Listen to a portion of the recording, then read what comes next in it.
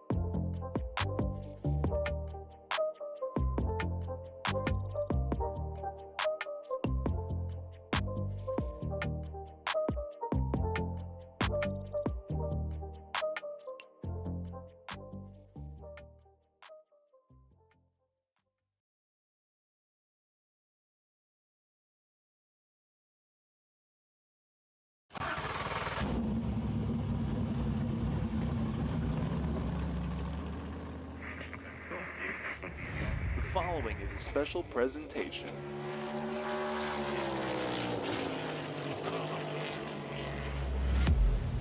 From the Captain Esports Network.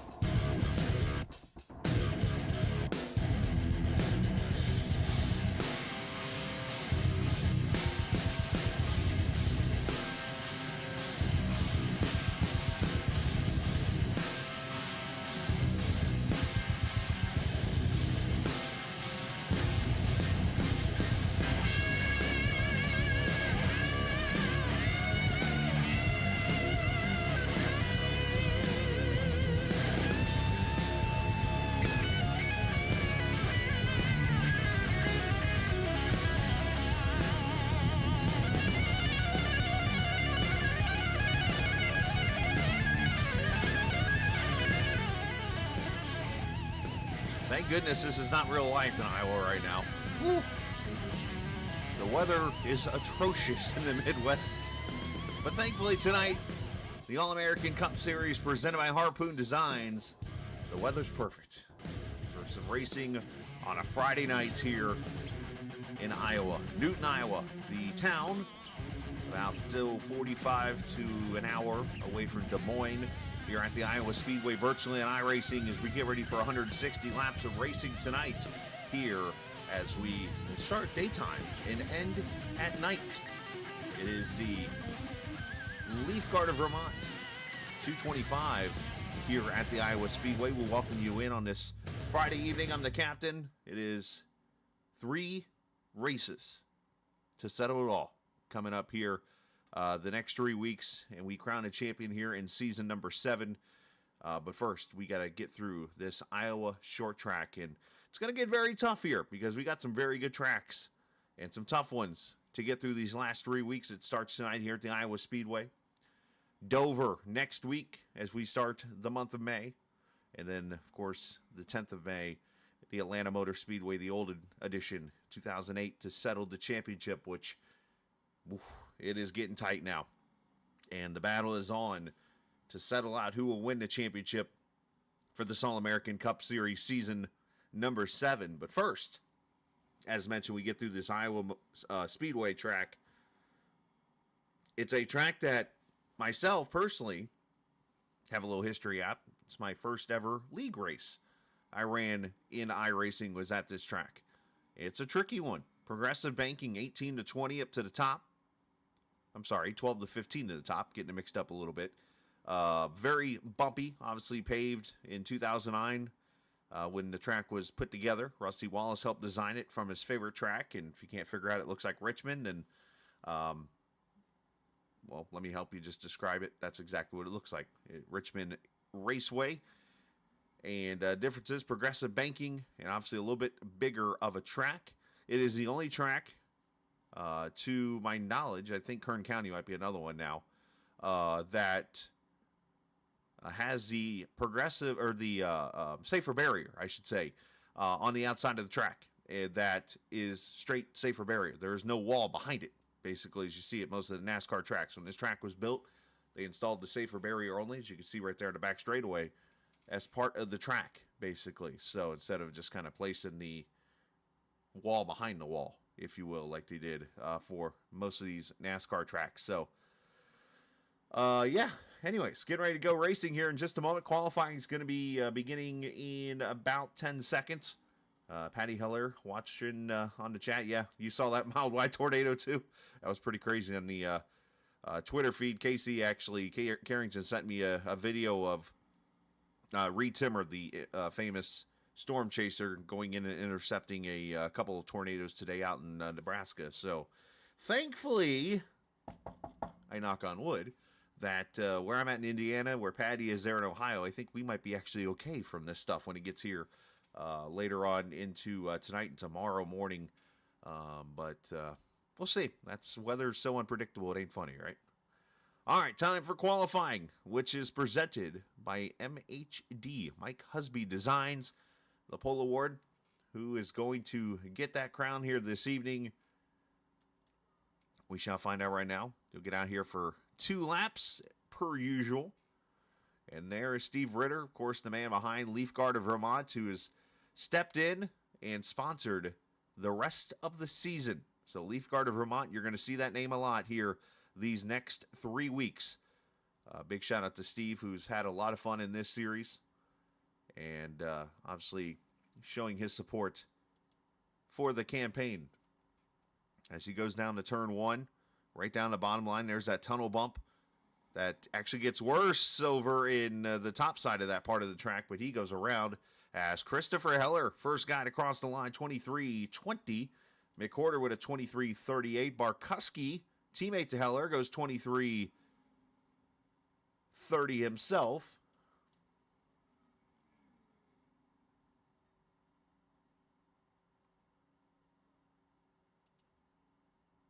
And we'll see if they go quicker on the second lap here as Dillon goes P3, McWhorter P4, Henning now up to P5. Track record is a 23:5. So bye-bye to that record by 3/10 as McWhorter jumps up there with a 20. Heller right there behind him with a 20 and a 4, so 2 1,000ths off. Whitley P3 on lap 2.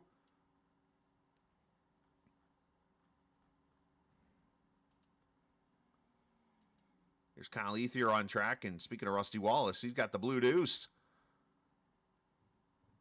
Old Miller Lite special out tonight. Kyle's third right now with a 2:11. Can he go a little bit quicker here on lap 2, dives it into 3 and 4, running that middle groove, which is the ideal lane here, even though the top side will work.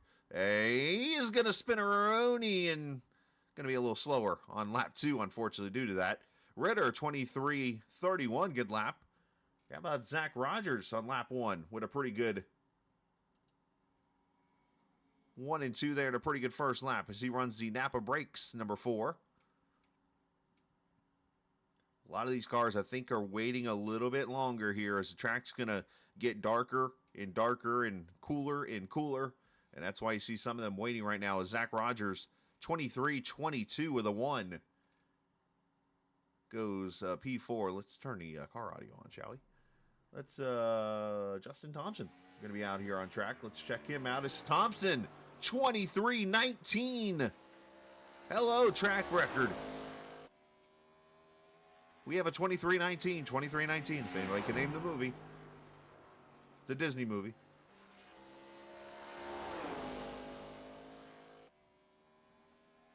All right, so some of the other cars coming out here on track. As Thompson, can he go quicker on lap 2? He does not. 23.19. Nick Terrell out on track. Here's Stephen Miles. Casey Carrington completing his first lap. And Casey goes 23.50. Probably a throwaway lap there. Is Rosenberg, 23.27. The cars, by the way, faded out. If you notice on the ticker, those guys are not on track. Well done, Steve Tucker. Well done. And thanks for answering me on Discord, by the way.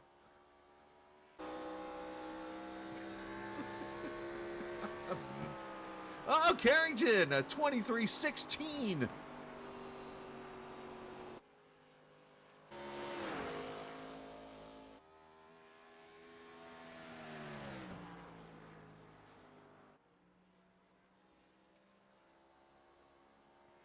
Miles getting a little freeze. He fights right over that transition. Very tough to do that. It's probably going to hurt his lap. No, it didn't. 23.15. Miles to the top.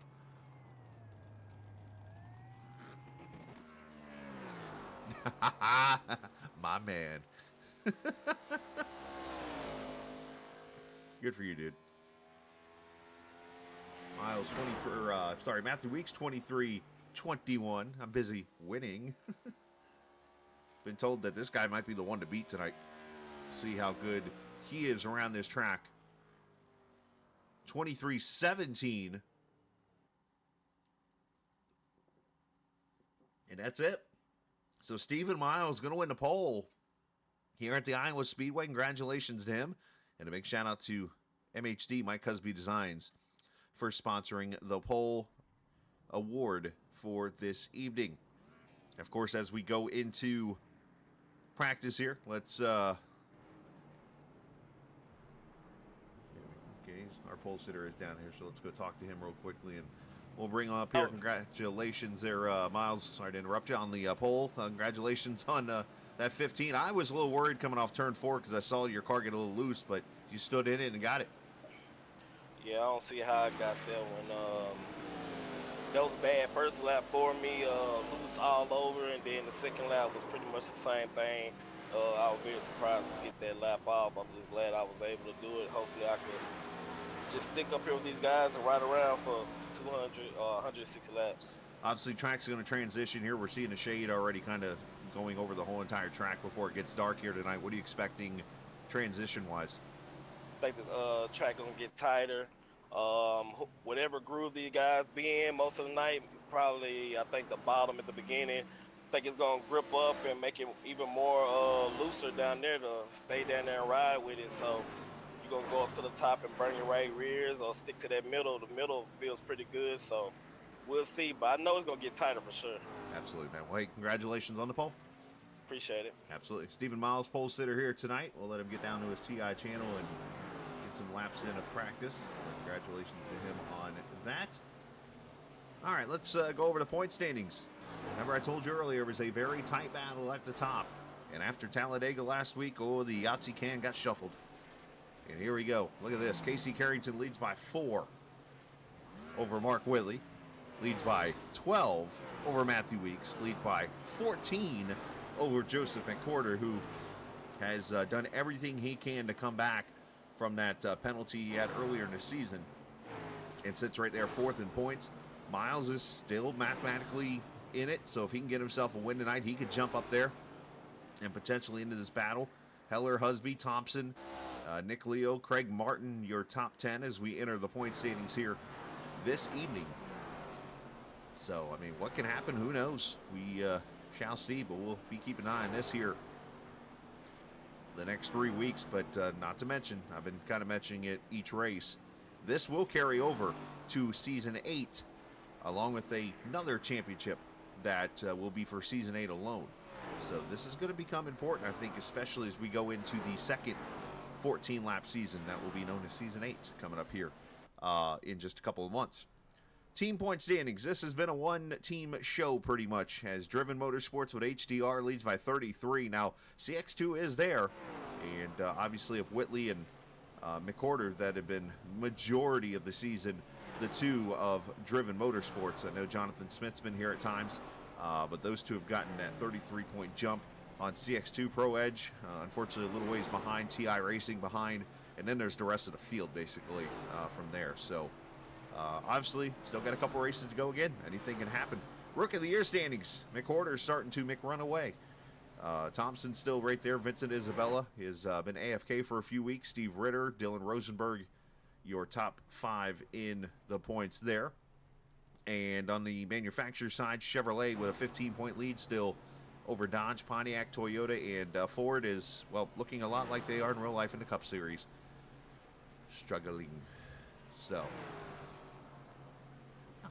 all right, so we got about a minute to go before we grid, so let's go trackside for the national anthem.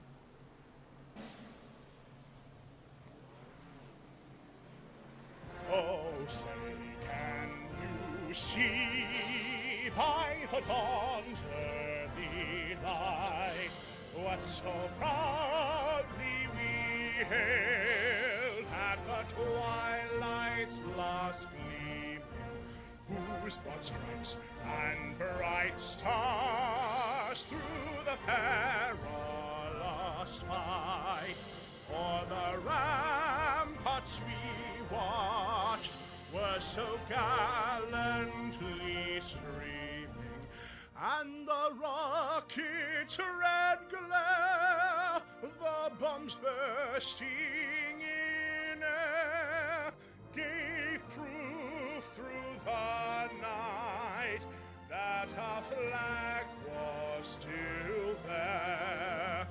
Oh, say does that star-spangled banner yet wave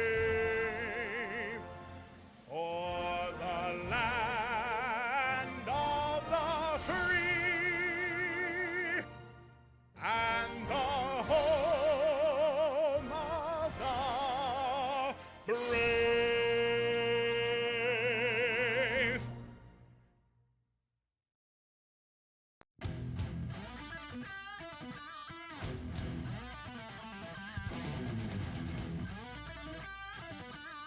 All right, ready to go.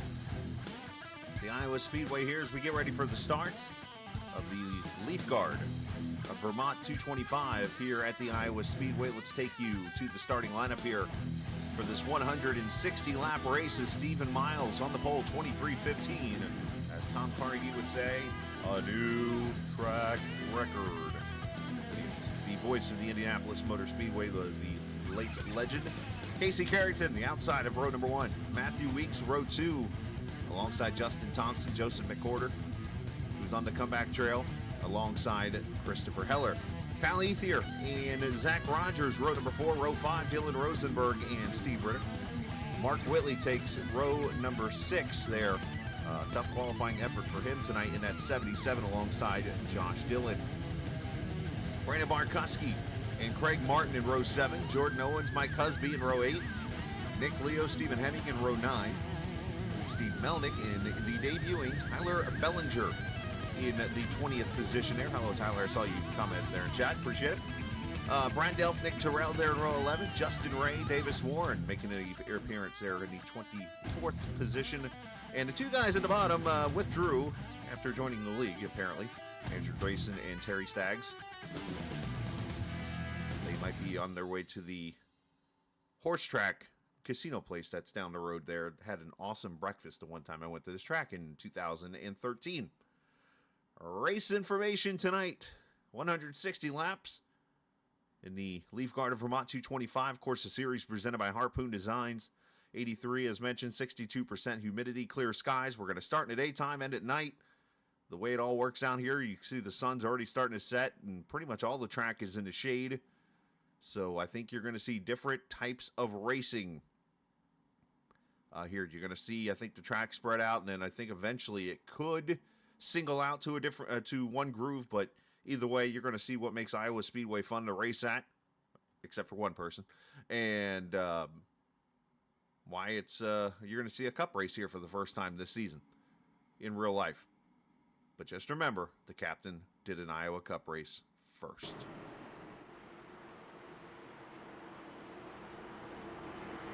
Pace car pulls off as Miles and Carrington lead him to the green flag. 3 races to go.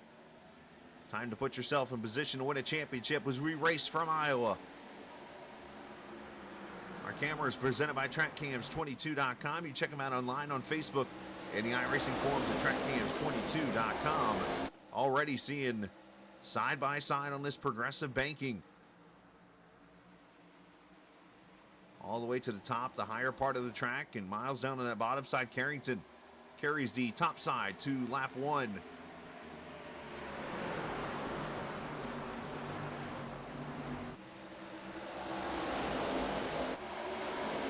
In total, about 60 to 65 laps on fuel, depending on how much you use or save during your run here. Obviously, if that's the case and we stay green, as Thompson goes to the front. Gets himself a bonus point there. But if that happens, then obviously we're looking at a 2-stop for this race as McWhorter already starting to come into the battle.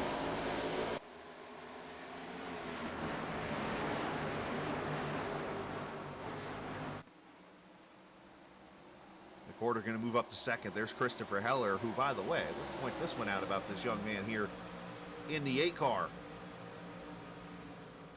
Got a pretty good average here at this track.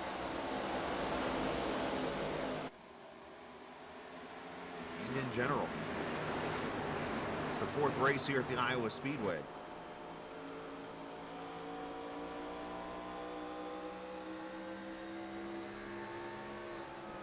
And Heller with 2 top 10 finishes in those races. As Whitley already to the bottom and on the move here up to the 4th position after starting 11th.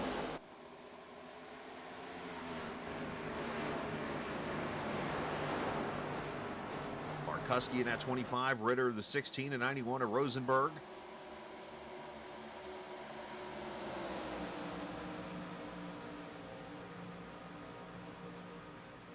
Markuski about drove that thing to Iowa City, just now on the bottom side. And Craig Martin off the pace. Is he throwing a water bottle out the window? I think you're supposed to do that under caution. Anyways. Losing position to Husby, Josh Dillon, and Jordan Owens, and Nick Leo. Craig Martin, shoot you, going backwards.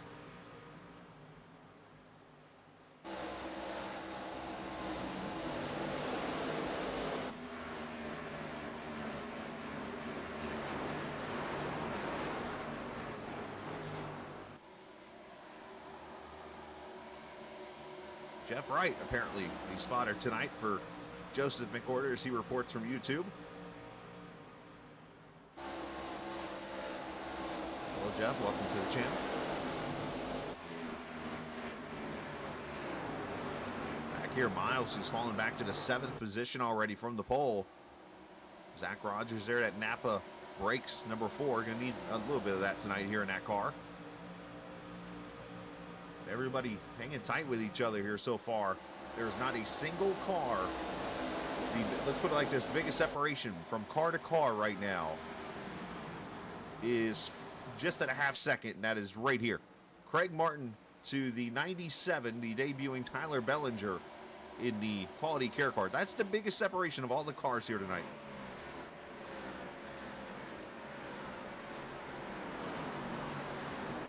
appreciate the viewers here so far who have joined us for the broadcast as we just get going here. From Iowa, McWhorter starting to put some pressure up on Thompson. You see already Whitley has moved up to third past Carrington. As Heller trying to get that run himself here for the 5th spot.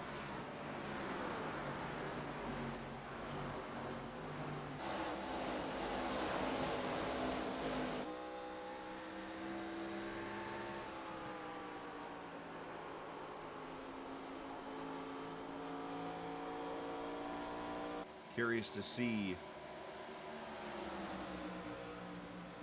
how this track and this car attract to each other, especially when it comes to tire wear, how it comes to the grip levels. Because as you know, this car never ran this track in real life. We never got a Gen 4 race at Iowa.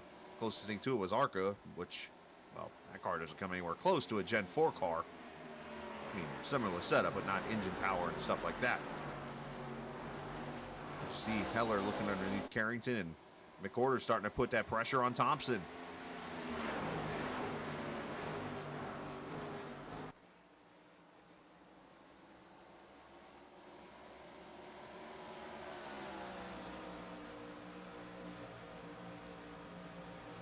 Now, of course, the last time we were at the Iowa Speedway, last season, season 5, and it was Zach Henry going to victory lane in that race, and Heller was actually on the pole for that race. That's what I talked about earlier. Heller usually pretty successful here. Henry led 16 laps in that race. Weeks led 57. Whitley led 31 in that race. Rogers 15 and Heller 31. Notice the names up front right now. There's Whitley, there's Heller, there's Rogers, there's Weeks. So the same guys up here. Race only had 2 cautions in it, so if you're expecting yellow fever tonight or something like that, you might want to work your car into a long run car. It more than likely will not happen.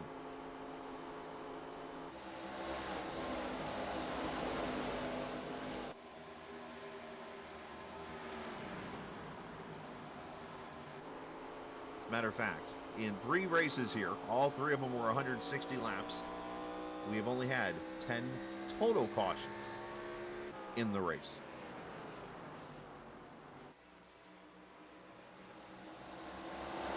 It's Thompson versus the driven duo right now.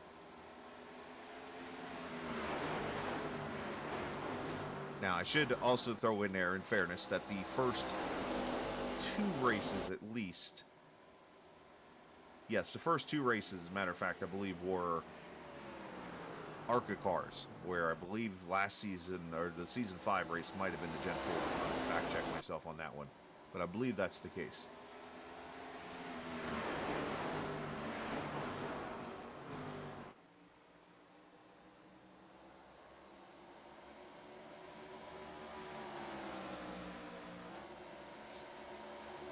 First side-by-side battle. I think I just saw it up ahead there, but there's pretty much 2 3/10 separation here on the straightaways.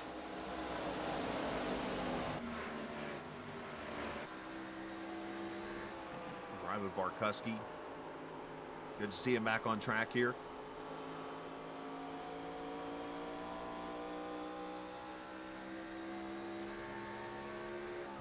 .160 miles an hour down into turn 1. This track literally just shy of 9/10 of a mile.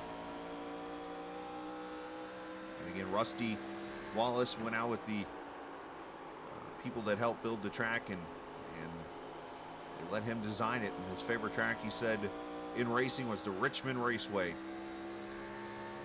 Obviously went in here and threw the progressive banking on it.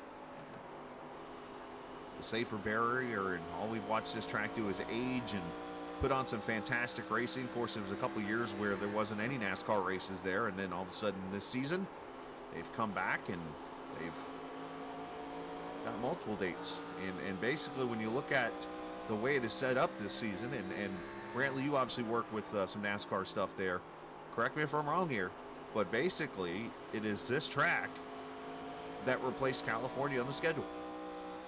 Technically, because obviously California lost its race, Here's Iowa's race. So, we'll see how it works out, because as you see, Indy cars come here the last couple of seasons. They've turned it into almost like a racing version of Lollapalooza with a whole bunch of big-time concert acts. Hy-Vee's gotten behind it. The grocery store chain over in that area, and it has turned into a festival. And now, all of a sudden, you're seeing NASCAR come in there and be like, hey, I think we can do kind of something like that, too.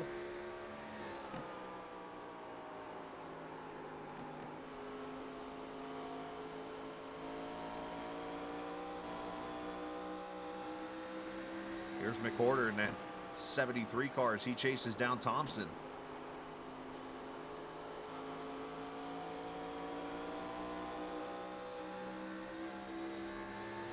Now, one story, I'm not sure if it's factual here or if this was just a myth or whatever, but as we come back here to the grandstands, I will point this out. I was told that a long time ago, this section of the track, where if you see those little gaps right there next to the press box, I was told back in the heyday that if a cup race would have come here and they had enough time, they were actually going to expand the grandstands up there. Now, obviously, we don't know what truth there is to that or whatnot, but if that's the case and this works out, then there could be more seating next season. But you know what? The way NASCAR racing is anymore with the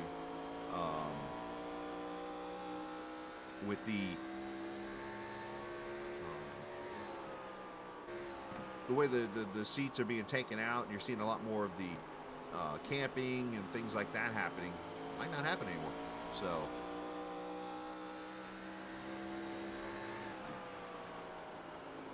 understandable. Just, I would probably reach out to Casey and tell them that. Pastel, and just so he understands, so that he knows you're still interested in racing or whatever. Let's go back here to 21st. Davis Warren working his way up here through the field, and tonight the plain white car. Last week it was the plain black car, if I remember correctly. As Davis takes a position away from Stephen Melnick in that Milwaukee Tools car. Davis really didn't get any practice laps in, so I think this is his practice right now early in the race.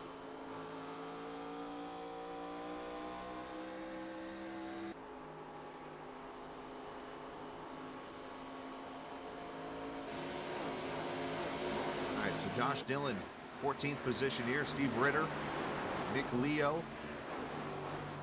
Jordan Owens, Mike Husby there in front of them.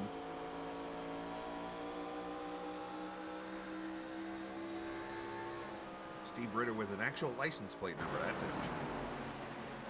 Kind of like the Ford Mustangs in the next gen car. They have actual license plate emblems. It's kind of cool.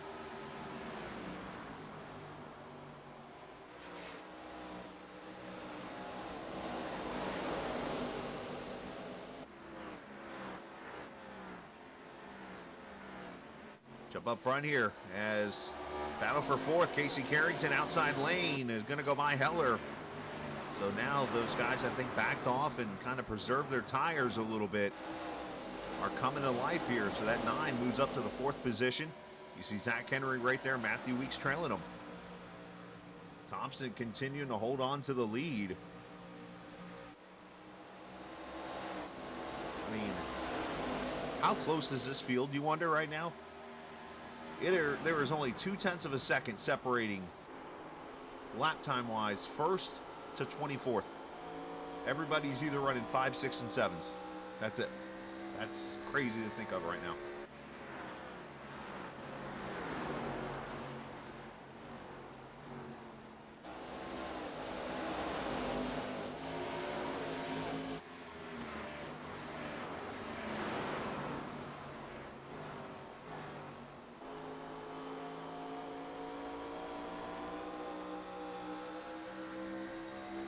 Trying to fight back. You see up front there, Thompson still holding off McWhorter.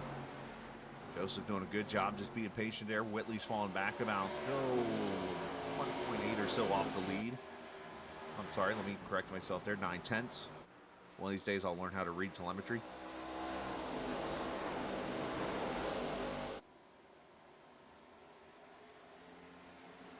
Let's go up here and check it out.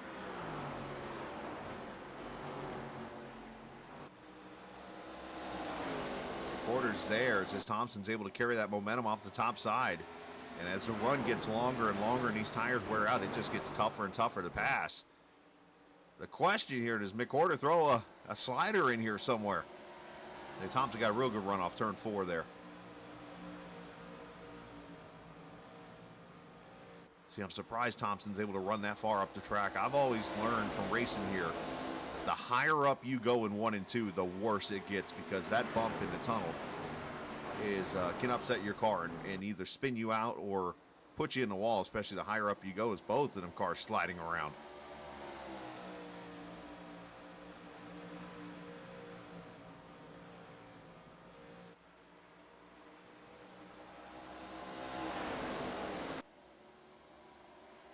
Up, caution. Caution is out for the first time. Steve Ritter has gone into the wall with Josh Dillon.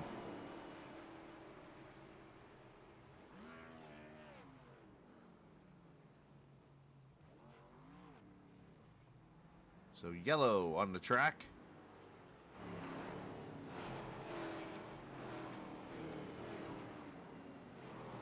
And this should bring the leaders to pit road. We'll wait to show the replay here until after pit stops.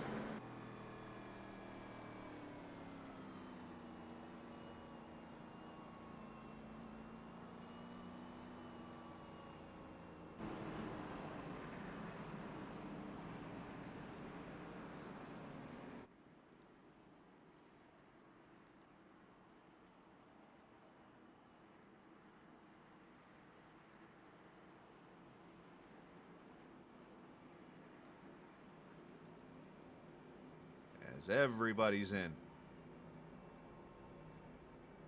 McWhorter's almost pushing Thompson down pit road.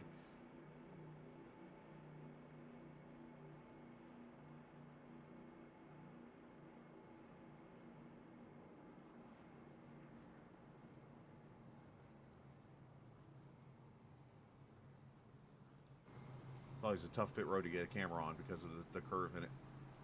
4 tires and fuel. So I forgot I had that camera view. Melnick just drives through pit road, race off Thompson. Whitley. And did McWhorter speed in the pits?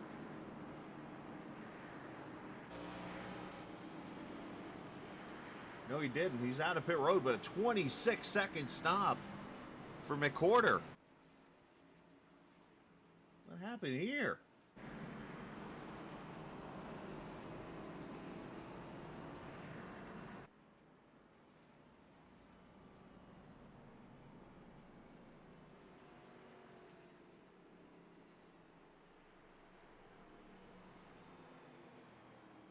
All right, let's go back to the caution.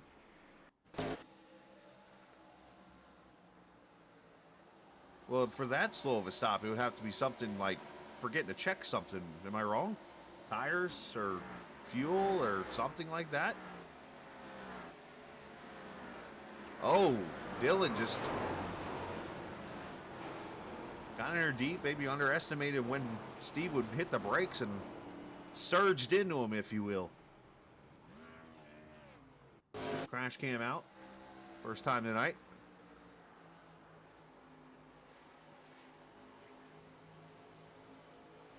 Or did he over... We'll go back and look here in a second. I think Dillon's way back. Ritter gets a little loose there. Allows the momentum to come in. Oh, and yeah, he just misjudged and drove right into him.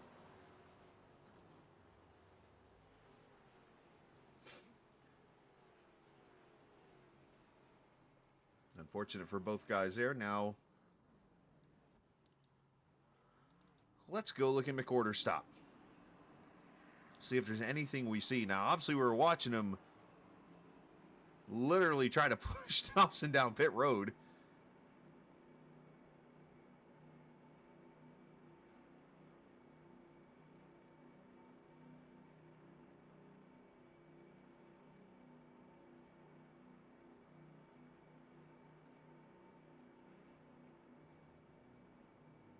First one to a stall here. Enters pretty good. Car's not lifting. Car's still not lifting.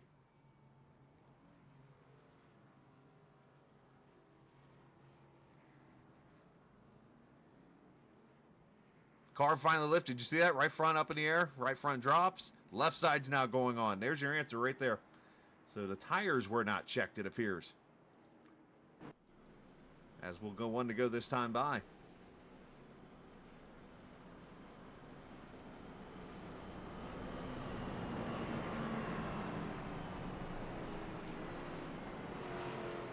Well, if there's any positive to that situation for McWhorter, he's got a fast car. And there's still plenty of laps. 120 to go. 118, sorry. The biggest thing for him in this situation, do not make the situation worse. Just go out there, mind your business. You got the pace. Just do usual Joseph things to get out there and work your way back to the front. Thompson's going to lead, Whitley second, Carrington third, Heller fourth, Rogers your top five. Pace car pulls back off, back to racing here, lap 43 into the Geico restart zone. Got to be very careful here on the newer tires. Obviously colder tires. Track temp's gone down. One of the toughest things to do here if you're Thompson. Oh, that was a hop. And then Whitley gets together with Carrington. 4 wide. I was about to say the transitions here, Whitley about spins it, can be very tricky on cold tires.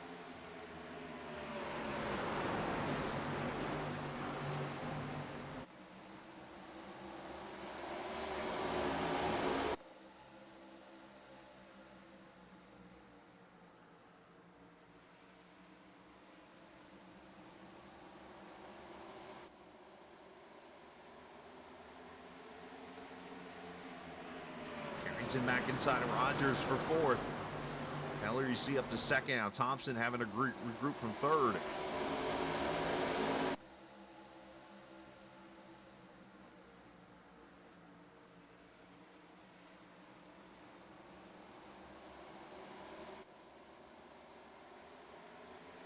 You see McWhorter dicing up there through the field, already up to the 13th position.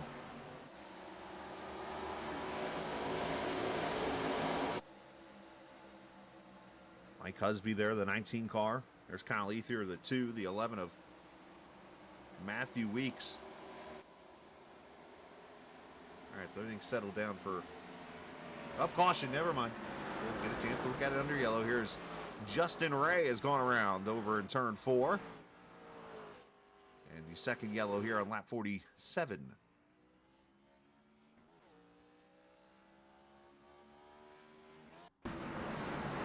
Back here battling with Melnick. With a very flamboyant 15 car, black and red with the yellowish green wheels. Or green, yellow, whatever you want to go with that. And Ray, unfortunately, there's that transition we talked about. And the drinking word every time I do an Iowa race is de-wedge. And I'm about to bring it up for the first time. Lap 47 for whoever's keeping track, which none of you were. You get a car on 2 different degrees of banking. The best way I have come up with I can think of for this situation here is picture your car as you're transitioning onto the interstate. Okay, at first I used to use the uneven highway trick, but let's do that better. You get onto the interstate, and if you're one of those like me that literally shortcuts, I get down on the shoulder and turn. Wonder why I've never popped a tire doing this. And most of the time, it's actually a little bit of a banking change there when you from the main part of the road to the shoulder. And when you do that, it's kind of uneven. So here, you've got the left front tire down on the 12 degrees of banking. That seam is pretty much what separates the 2 bankings. What that does is puts all the weight in the front of the car. And he wedges it and spins it out.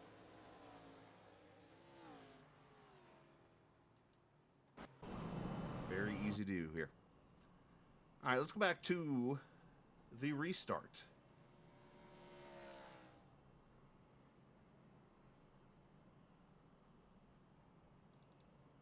Again, cold tires here after the pit stops. Nighttime starting to come in. Track's cooler. You go green. And Thompson goes in there in turn one. And, well, he's actually, you know what? You see where he's at. Same situation as Justin there. And then Whitley gets loose. Let's back this up here because we got a similar sitch. Check this out as Thompson goes into the corner. He's splitting the lines here. And that line is sitting right on the seam. Let's go. Far chase. Look at that. Right rear sitting in the other degree of making. And he gets loose. Casey Carrington gets loose. Same thing. And then a little netcode there. Yeah, it happens. So, yeah. So, for those who don't think in iRacing the transitions play a role, yes, they do. Certain tracks. Iowa's probably the most... Maybe Bristol. Bristol and Iowa, probably the two that play a role when it comes to something like that. Or somebody even getting tight off the corner. I guess Kansas could be on that list too. Because obviously that bottom side, you can get very tight down there.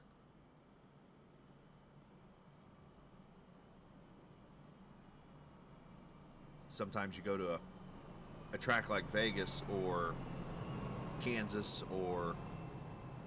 I'm trying to think of other progressive... I guess Vegas. Vegas is probably the most... The one that comes to my mind the most here. Is you get a car that runs with a tighter setup. And I talked about what happened to obviously the 38 there a second ago with what happened to Thompson on the restart with Casey. You get a car that's tight driving and you want to free it up, you do exactly what they do there and you might help get through the corner.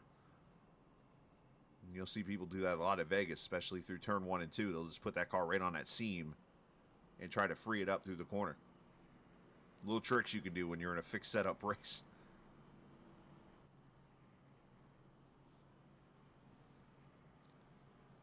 All right, so Whitley out front here. Second caution.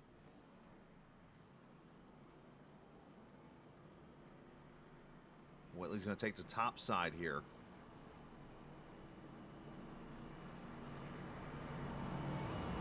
All 24 starters still on track. Ritter was able to stay on the lead lap. Josh Dillon, however, is now one lap down after the first yellow.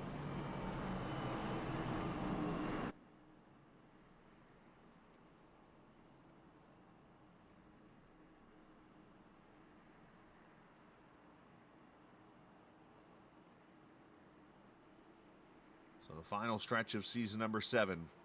Iowa Speedway tonight, Dover next week, Atlanta Motor Speedway, the 08 edition on the 10th of May. And that is it for season 7. As the action continues to amp up and Whitley to the lead here as we restart lap 53.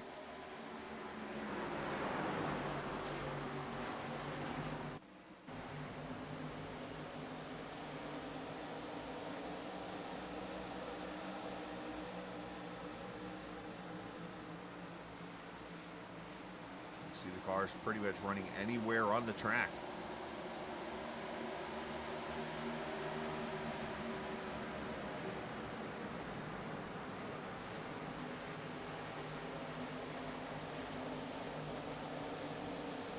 See the 73 coming into picture back there. As McWhorter's already into the top 10 now.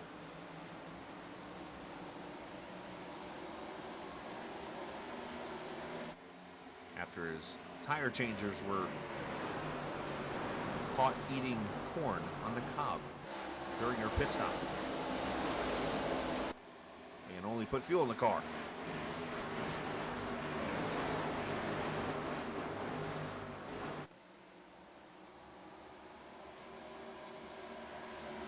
For 4th, Weeks in Carrington.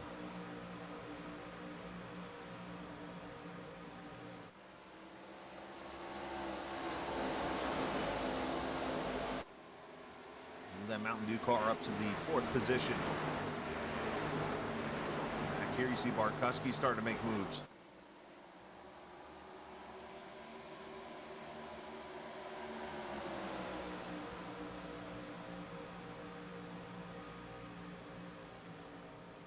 did my joke go over your head, or did you just transition back to the nice people? As Aaron Thomas checks in, hello, sir.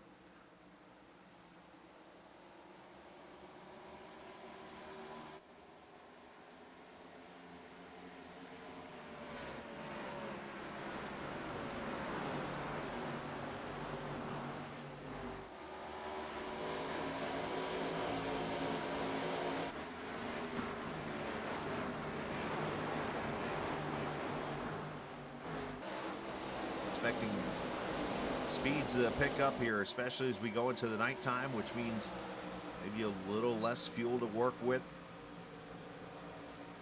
At least according to my estimation, I'm thinking that you're going to get closer to the 60 lap mark as we go into this race, because you're going to be running faster speeds. Now, speeds will slow down, obviously, with tire wear.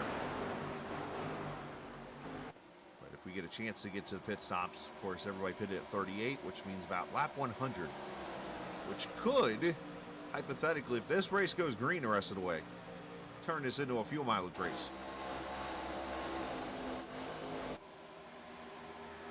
Be something to have to keep track of.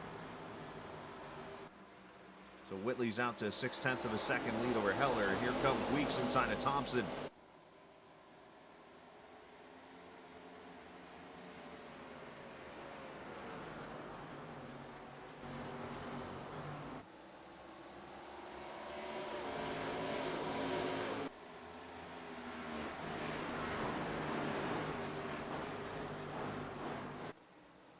McCorder working his way up to 6 now. Slides up in front of Zach Rogers, taking that spot away. He's giving Mr. Wright there a lot of work to do this evening.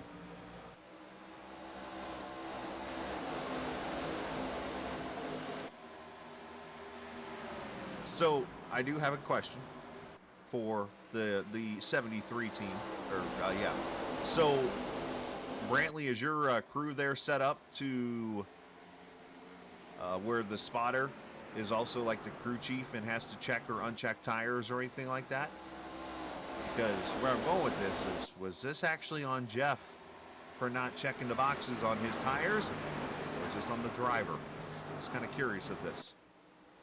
Because like when I spot usually for somebody, usually it's me that's checking or unchecking the tire boxes. Not that I want to throw anyone under the bus here, but come on, we got to blame somebody.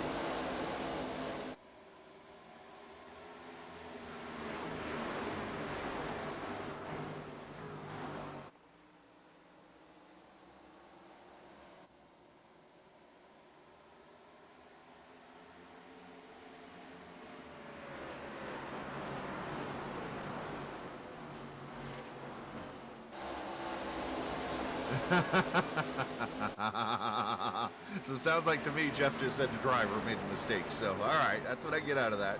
10-4. So your top 5, you see them all right there. Top 6, all under a blanket as McWhorter now races with Casey for the 5th position. Okay, so Brantley said I do the checking. Okay, so he's taking the blame. Good owner right. That's a good manager right there.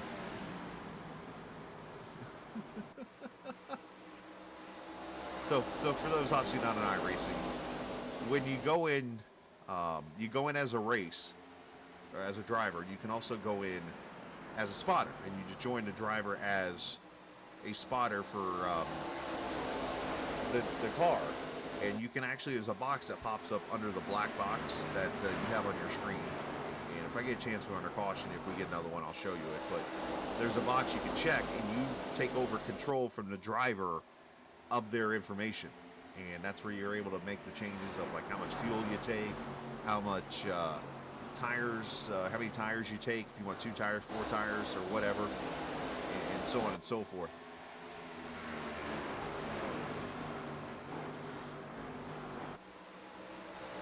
Most drivers have like passwords on there because, you know, obviously you get somebody like a Coke driver that if he has spotter unpassworded, I mean, anybody random could just go in there and hold his pit stops ransom. I've done that to a couple teams accidentally in long distance road races. I'll be in there being like the crew chief or spotter for the team, and like, all right, I'm gonna go lay down for a little bit, take a nap, just so I can rest up while we're between stints and forget to uncheck the box. And they're all like, dude, we couldn't change anything because you were. I was like, whoops. Look at this battle, intense now for second. Thompson, a little bit of a bump to the 8 car. Now Weeks coming into the play here. Kind of sat back a little bit, now letting this race kind of come to him. As he's going to try to get third. You see McWhorter back there trying to get fifth.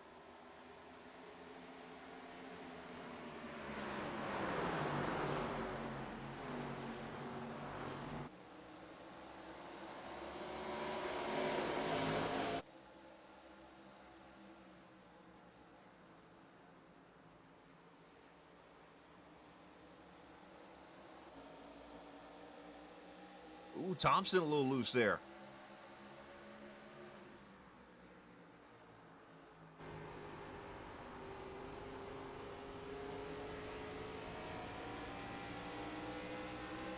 Might be racing at the Iowa Speedway. They're turning right like they're running in Knoxville.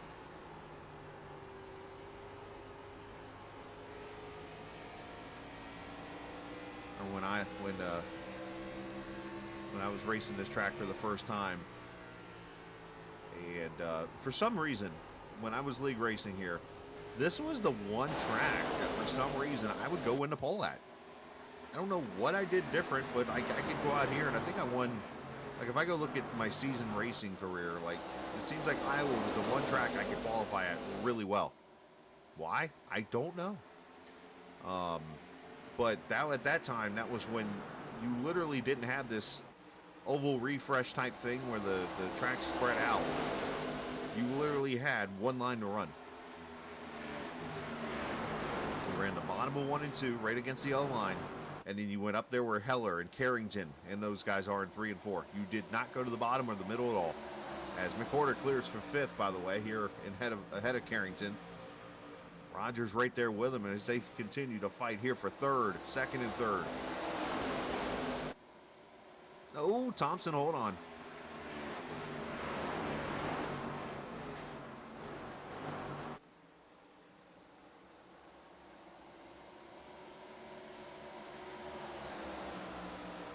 Not sure if JT's still watching, but this was my first Nordgar pole too, along with the first race I ran here.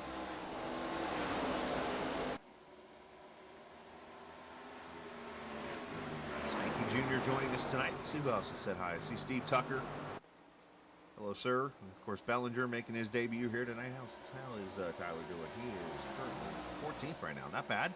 There's Tyler real quickly. Say hello to him there in that quality care car. And now back to the battle for second. This is HC watching. Of course, Jeff Wright, Brantley Roden, Deanna Warren checking in, Spanky Jr., Aaron Thomas. All the friends coming in here tonight. Appreciate all the viewers. Make sure you share out the stream to your friends and family. As we are 2 laps from the halfway point.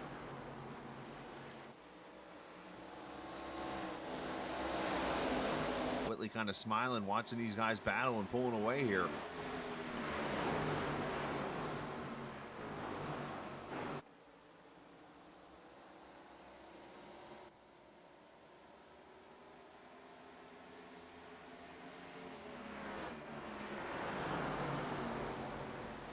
So let's hypothetically do some thinking here really quickly. Let's call 62. Maybe 63 is the highest number of laps you can run on a tank of fuel. If that is the case, 63 from 38 get you around lap 101, which puts you at 59 laps to go. So the ideal number here is McWhorter with a slide in front of Heller.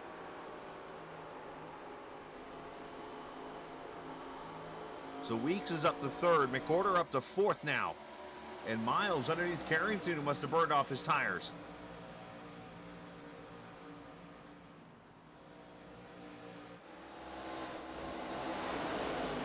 So I think if you get to lap 98, so about 17 laps from now, I think opens the window to go the rest of the way. Now again, I'm going off of just knowledge of numbers, I don't know in actuality what these guys are turning number-wise. So, I mean, some guys might be able to maybe go longer than that. Some might not be able to go that far at all. But I'm putting on my Larry McScala crown here for a second and trying to hypothesize pit stops as a big word. As Weeks inside of Thompson.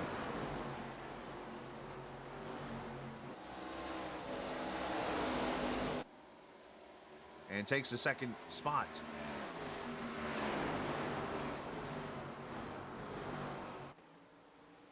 As Wesley Donaldson checks in. Hello, Wes. Yeah, it happens. You got something else going on, obviously, that you work on a lot outside the cars. At your own race tonight.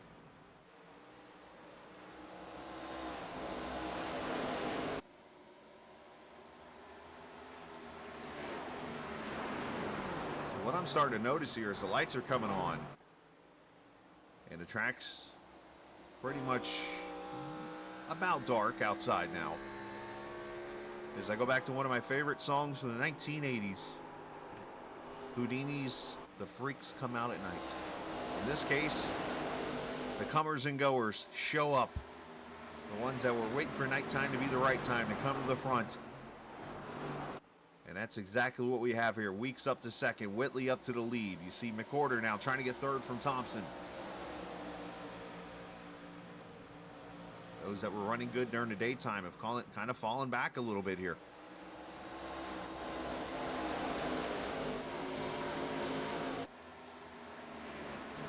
Let's go back to Barkowski.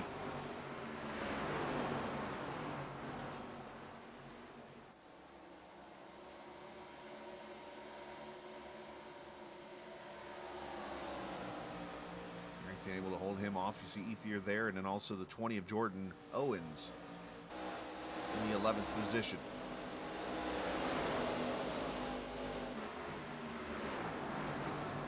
As McWhorter back after Thompson now for third.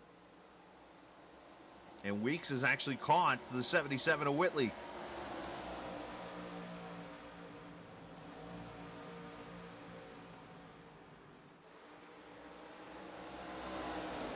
Uh-oh, Bellinger's cutting the grass. Nice job by Tyler to keep that car under control and safely merge onto the track. That's an interesting photo. In front of the Kyle Busch 18 with the pit box and stuff.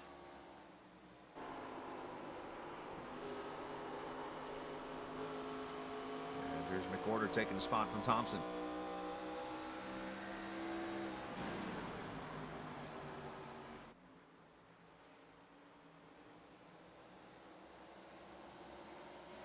Here comes Weeks.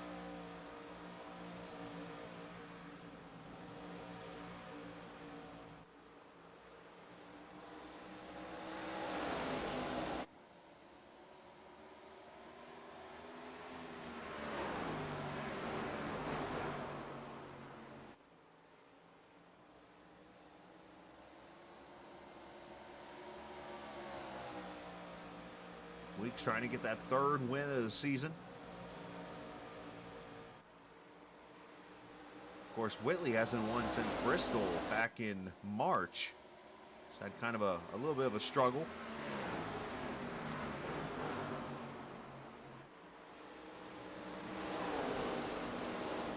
As Whitley's got that thing all kinds of sideways through 3 and 4.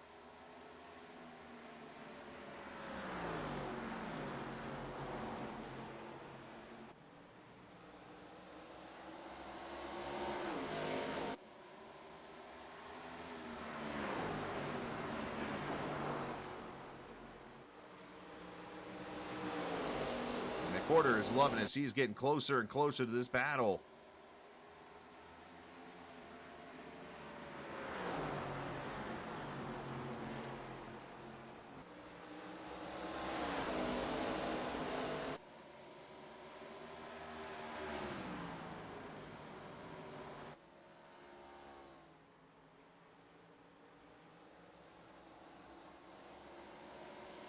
Yeah, slightly. I'm sure a lot of the corn farmers out here in Iowa would love a lawnmower like that.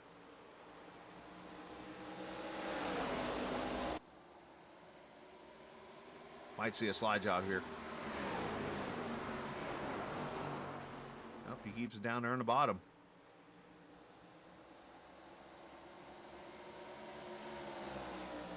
He does lead that lap, though, so Weeks getting a point in case he wasn't able to get it the first couple laps here. As he's about clear of Whitley and finally clears him off turn 2. So Matthew Weeks to the front. And here comes Stephen Miles now working his way up.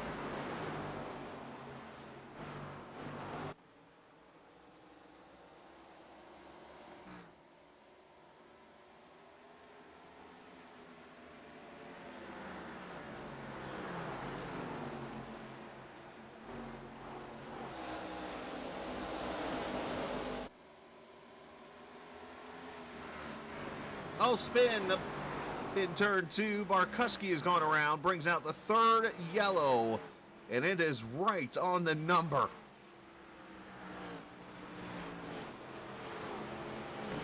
Oh, boy.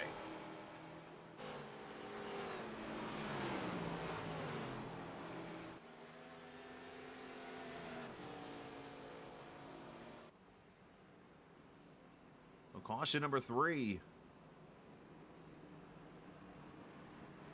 Things are about to get interessante.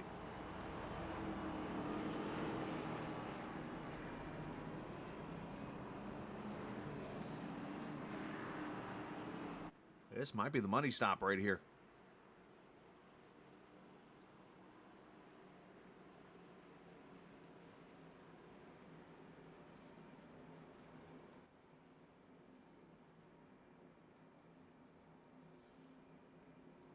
Remember where you can enter pit road over here? Who is that? Oh, Dylan stays out. Remember where you could enter pit road here and you knock that cone down up there at turn 4? That and you'd go through the inside wall over there?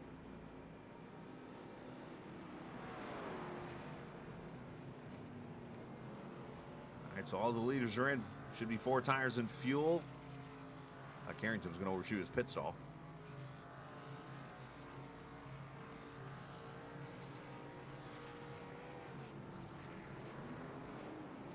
Race off pit road. Weeks, McCorder, Whitley, Thompson, and Heller.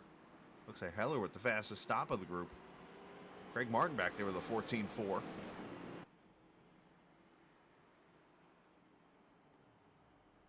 right, let's go back to the yellow.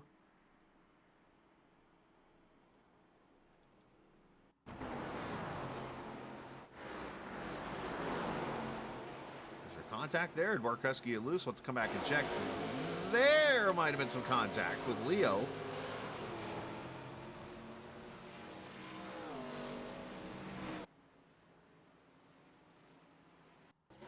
Look again here. Barkuski gets loose off 4. Goes down to turn 1 and oh, Ethier with a little shunt.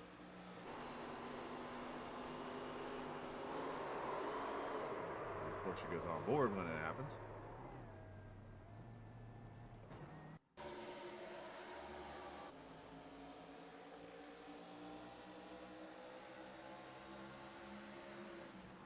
It was one of those where I think Kyle was trying to get up here and race Ethier or Leo, and got into him, and then Leo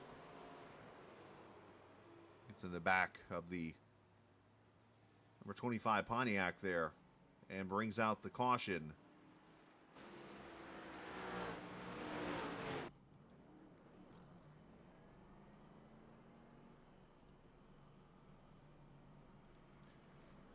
All right, so 60 laps to go.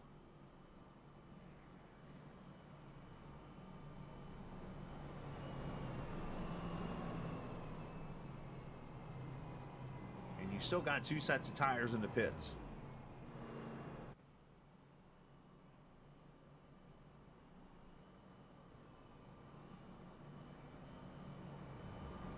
Obviously, the first thought in my head is how many laps then? I would think the two sets of tires kind of buys you a little bit here, because if you go, I mean, what's the minimal number here, you wonder? Is it 10 laps? Is it 20? Like, how many laps do you go, and hypothetically here, if we get 2, 3, 4 cautions here in consecutive, do you come in and put another set of tires on? Do you go 10 laps? Do you go 20? I think 20 would be a good number. I don't know about 10. 10's close. 15 maybe? So I think there's some interesting decisions to be made, especially when you have a points battle as tight as it is. In this series, the All-American Cup Series presented by Harpoon Design, then every decision could be the make or break decision. You go back to the McWhorter tire issue in the first pit stop. He's done a great job to dig out of that hole.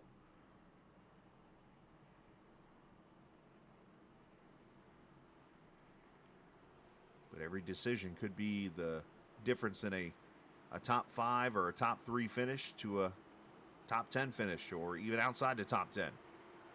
We shall see. As we come to green, 59 laps to go this time by. Weeks with the lead on the top side. McWhorter, Thompson, and Whitley are top 4 with Heller.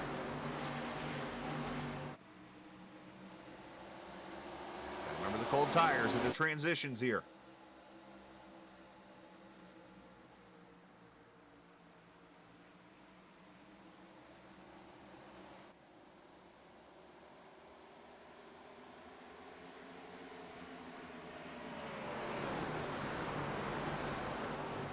With a dive in there on Heller. And here comes Rogers to the top side.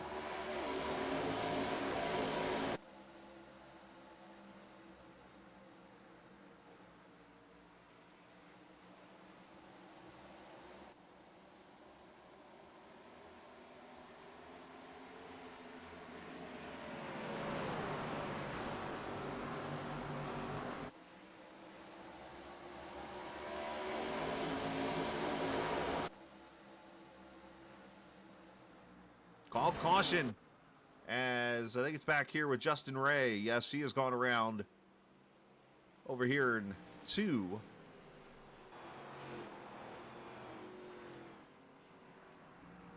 And with 55 laps to go.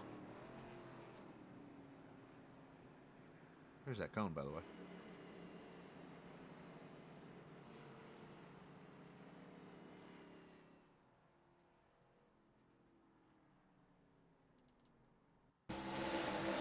Battling. Oh, he just gets loose on his own there. Again, turn 2 bites him. Nice job by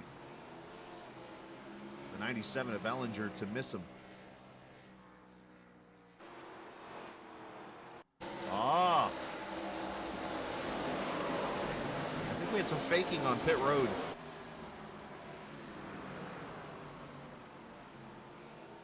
I looked over and I thought I saw some cars coming to pit road on my telemetry, and then they went back on track. But we do have a couple of takers. You sly ones there in the 73 and 8 teams.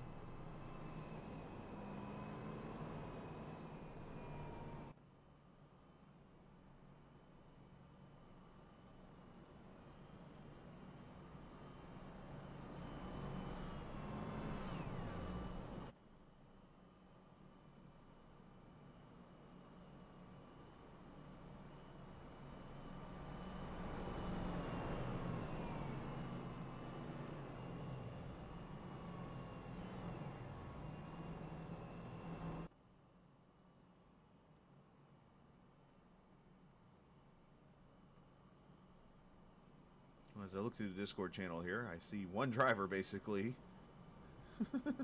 that I could talk to that's in the top 4. So we're going to slide him up here and talk to him. Justin, you got a copy? Yeah, buddy. Hey, man. All right, your P3 here, 107 laps complete. Obviously had a little run there on those tires, but leading earlier. Then you about sent yourself to Nebraska on the restart there. Saved it. And you've been up here in the top 3 pretty much all night. Do you have anything for these 2 in front of you? I don't know. Iowa's not a good track to me. Never has been. So, I mean, I guess we'll find out here, but there's no guarantees. I got Whitley behind me and Heller, and I mean, getting around Heller almost ended mine and Matthew's race too. So, you know, I'm gonna give it my best shot. That's about all I can do. That is all you can do. How much change have you felt in the track with that day to night transition? Cars got a lot tighter. Car has got a ton tighter. That's why I wasn't really able to reel them back in after I got back by a Heller. I couldn't reel them back in. I was trying my hardest, but you know, I just couldn't do it. Well, hey, going green. Best of luck. Yep, appreciate it. Yes, sir. Justin Thompson, the third place driver right now. And obviously what I took out of that is car's gotten way tighter. And can't point the obvious out here. If this is one of his worst tracks, he's up in the top 4 and's been there all night. That's impressive.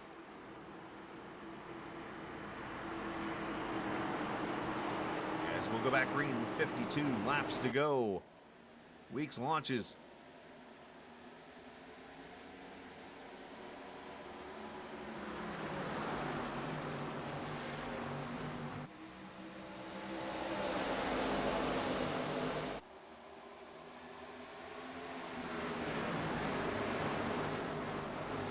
Teammates battling for second. Thompson battling with Rogers for third. Oh, we almost had the rule broken. For a second, I'm like, McWhorter might slide up into Whitley. That would not have been good.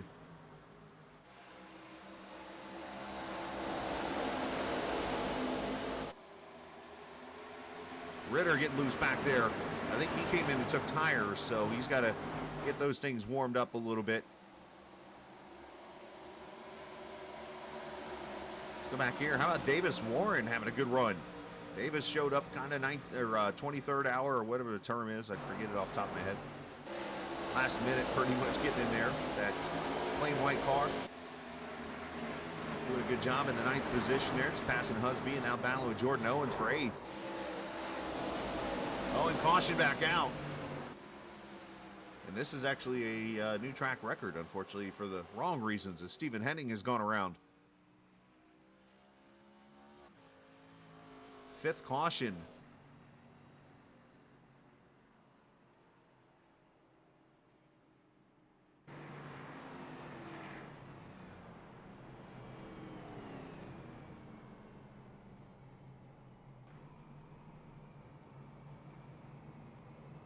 And Henning did not pit under that yellow, so see what happened here in the 26 car. Back here, runner Craig Martin, and Brad Dell from the 14. Oh, I think we had some netcode. And dare I say, potential Canadian on Canadian violence here. Not good.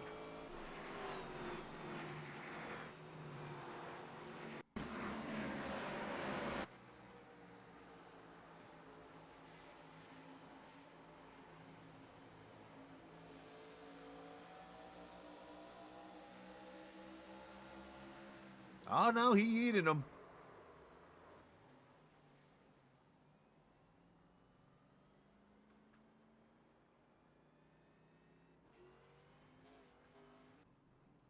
No caution out, lap 113. Craig Martin.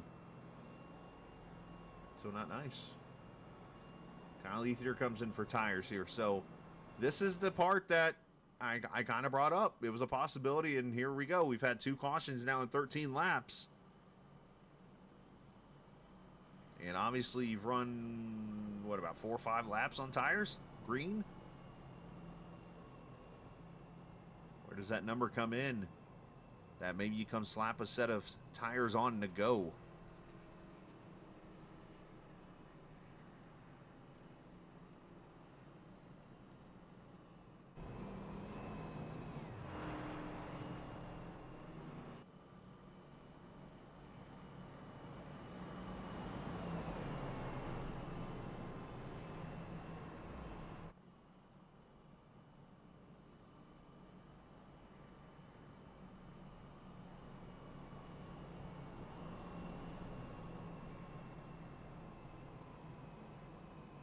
So again, next Friday night, we hope you come join us from Dover Motor Speedway for the penultimate race in Season 7.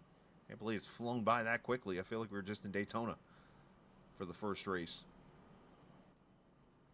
I have it for you here next Friday night at 8:15 Eastern Time as we go into the month of May.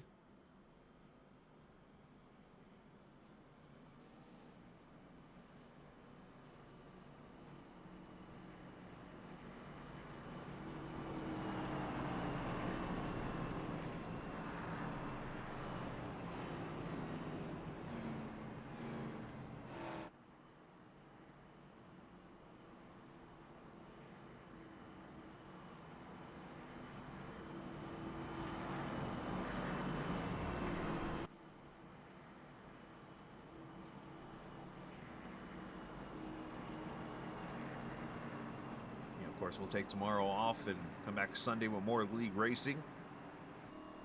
More of the same for next week. Sunday, Monday, Tuesday, Wednesday, Friday. As pace car pulls off, as Weeks and Whitley lead them back to the green flag.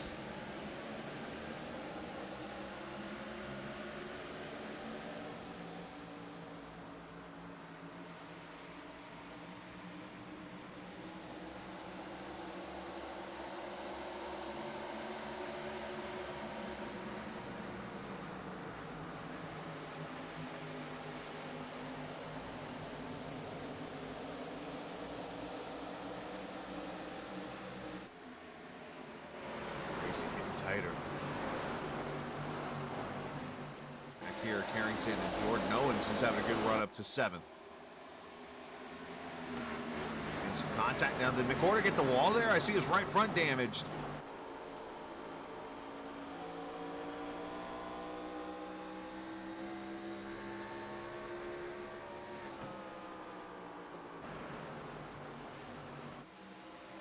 Oh yeah, you can see the tire. So right front damage on the 73 that last time around.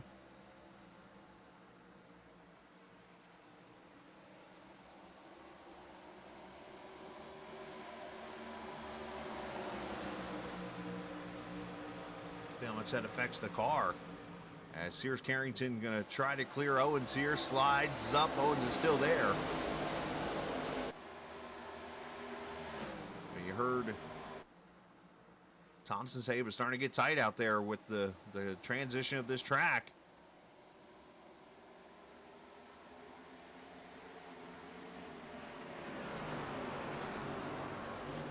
Let's see if I can find you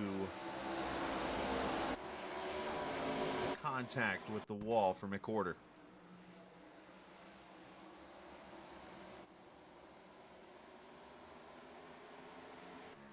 Guess he's already got it there.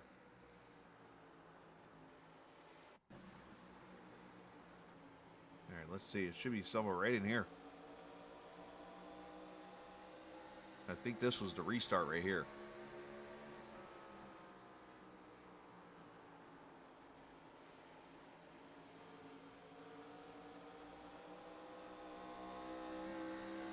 Oh!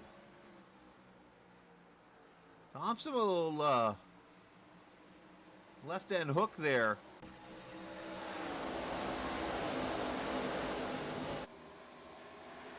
I don't think there was any malicious intent, but obviously with the way the moment is in the race, probably not going to make some people happy.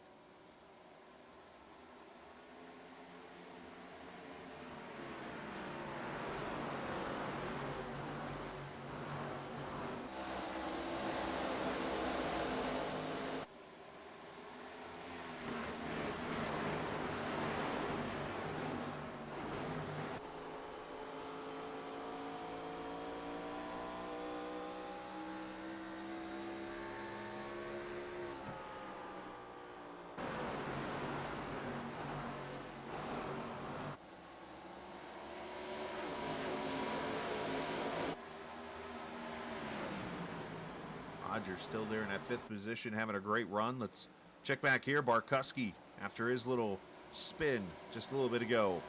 Making a pass on Husby for position. You see the battle back here for 11th with Miles and Terrell. See the 70 is starting to fall back a little bit there. Davis Moore. He's got Kyle Ethier in his battle for position.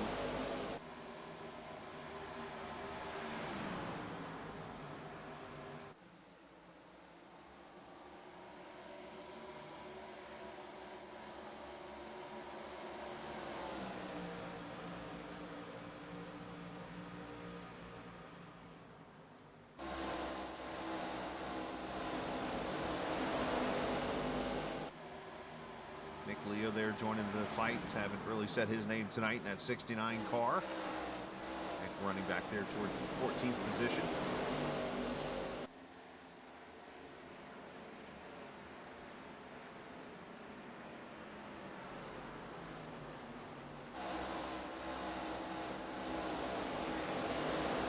Weeks 0.3 of a second up on Whitley, who's got a half second on Thompson, who's opened it up a little bit on the 73. And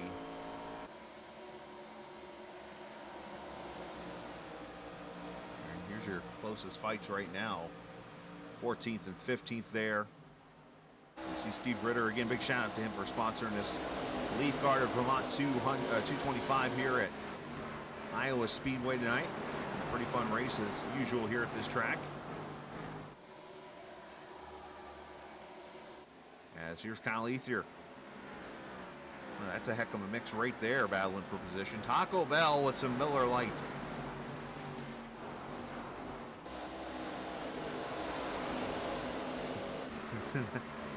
Sounds like a long night right there, boys.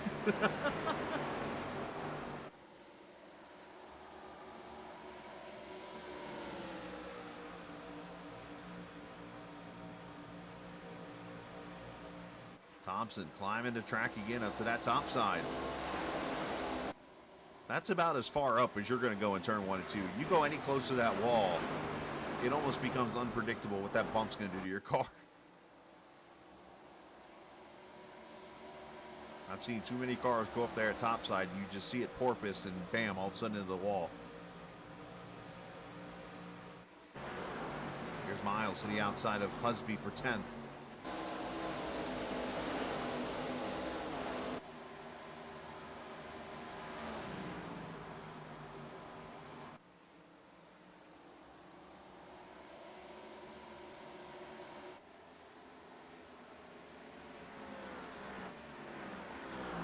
Rogers for 4th here on McOrder. Now the good news for a lot of these guys, where McOrder is, where Matthew Weeks is, your points leader sitting back there in the 8th position right now. So you're still going to gain some points here tonight. So by chance, should I say this battle could get even closer?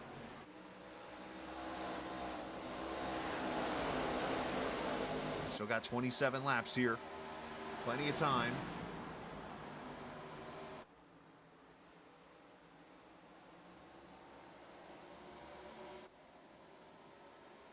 I will throw this out there. Though it was during the daytime, the last time I broadcasted a race at the Iowa Speedway, 2 tires won the race.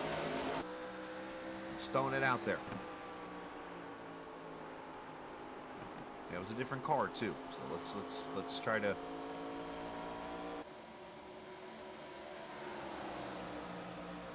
be full 100 disclosure here.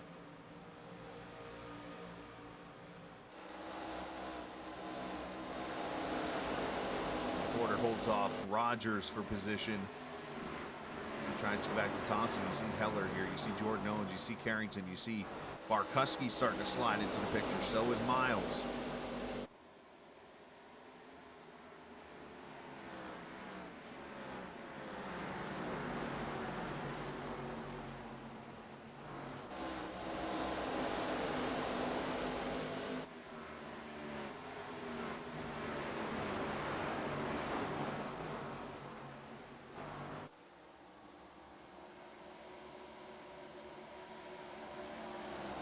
Can't help but wonder how tight that 73 car has gotten with that right front damage.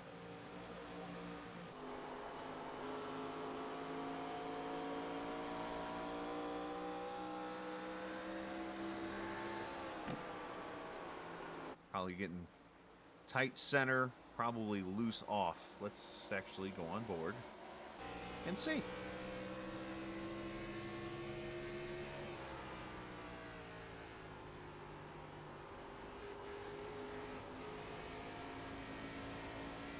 Just loose on, pretty much loose center off, which would be throttle. Pretty stable on entry. There's the tight center a little bit, get the wheel, and right on that seam. Remember I was talking about the loosening the car up when you're tight? That's right there what that is, where that line is he's running. Down on the bottom, turn one, over the bumps. Pretty much walking the car up the track to the outside wall. Where he goes here, right on that seam again. He misses it a little bit. It might tighten him up, but gets back over it to loosen the car on exit. He's trying everything he can. You can tell he's fighting the car. And that's pretty much everybody right now, by the way. He's just got that nose, that right side damage that's hindering his issue even more.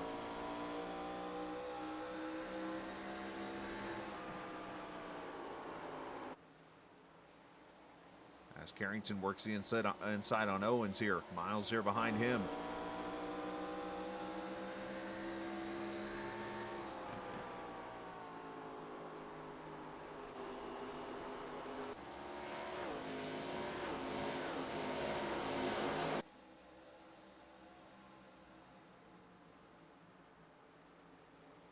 Rogers trying to clear, and he's got him, so move. Zach Rogers in the 4, up to the 4th position. As Weeks is pulled away 1 second.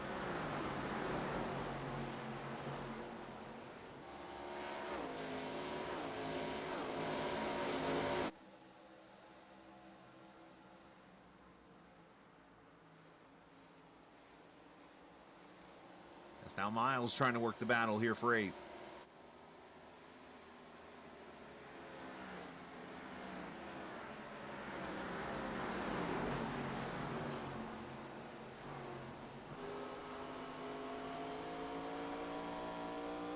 With a run, and Miles actually cleared him. I thought Carrington was going to get the run on the top side there. It was pretty close. Here comes Ethier, sends it in there.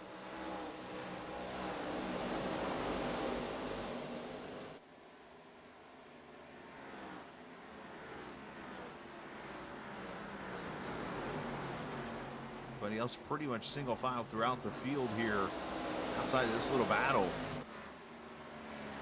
Check back here. Josh Dillon, Dylan Rosenberg. Different spellings. Steve Ritter there in that 16. You see Davis Warren has fallen all the way back now to 16th.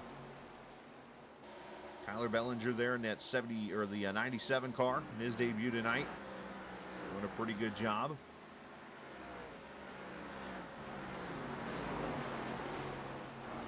Of course, Brad Delph, Craig Martin, Steve Melnick, Stephen Herring, and Justin Ray's had a couple of spins. He's actually off the track now and out of the race. Let's go back up here. It's Heller now trying to get around McWhorter.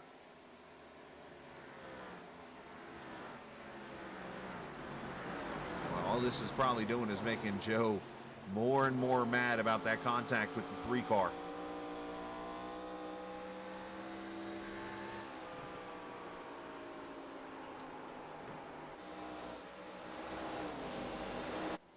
As here, let's go to Thompson because now he's under attack from Rogers.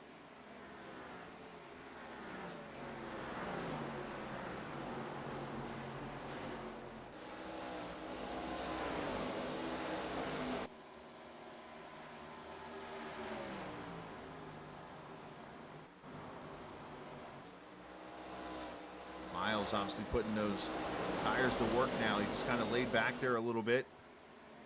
He's dwelling, I figured.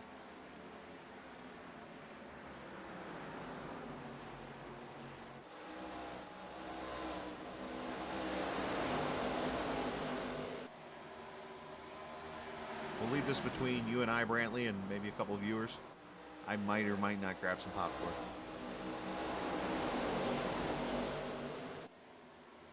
Miles trying to clear Owens. Owens carrying that top side momentum.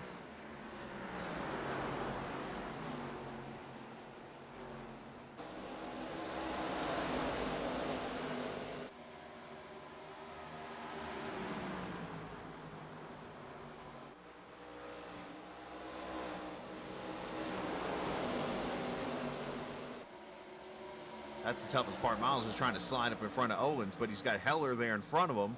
So how do you pull a slider but then not run over the 8 at the same time? I'll be glad to. Just hope you guys like butter.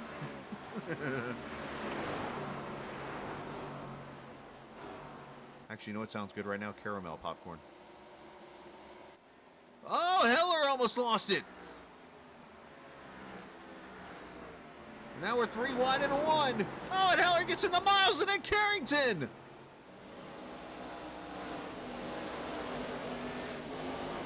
Everybody stay straight and we stay green.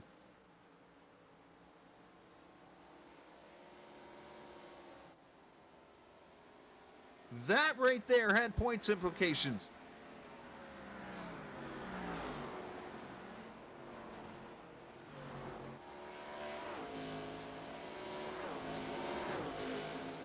Thompson to the lawn into Rogers. And they go spinning. At least Rogers does. No cautions. He's at the bottom of the track.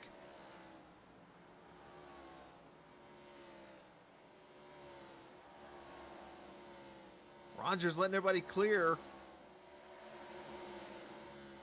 And gets it up to speed. No caution. As he kept it off the track while the cars went by. Ooh, a lot to dissect on that lap.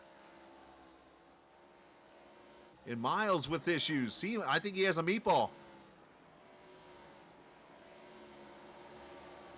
All of a sudden, the point standings just got really interesting on that lap.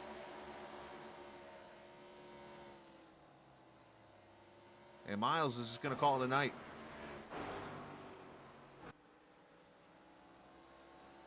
All right, I got a big tin can of popcorn now. So we got 6 laps to go here. Problem is they don't show me many highlights of this, so I have to go find where this all happened at.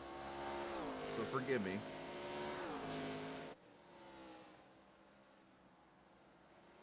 This actually might help me out right here with this.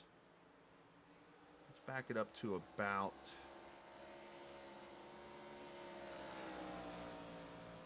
here. 5 to go here. We'll get back to the finish.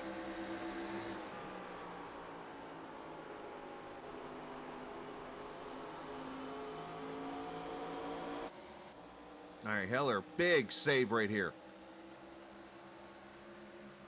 He goes into turn 1. He gets loose again, gets into the 1, and then trying to correct it, gets into the 9. That must have meatballed Miles or something.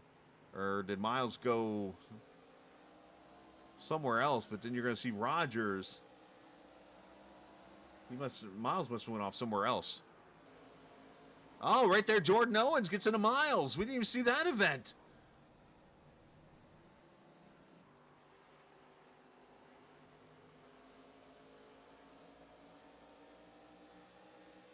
And then, bam, there's Thompson and the Rogers. So, I mean, everybody in the top 5 just started hitting each other.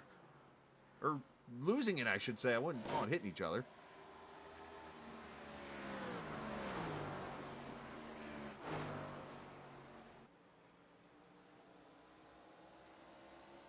So we'll have to chalk that up and come back to that.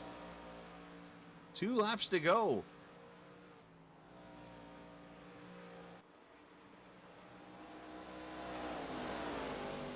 As they say in the dirt track world, that lap went western. Or the rest of this race went western. Oh, and now caution is out. Ritter and Brad Delph.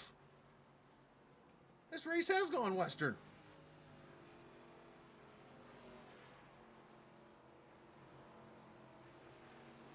Oh my goodness.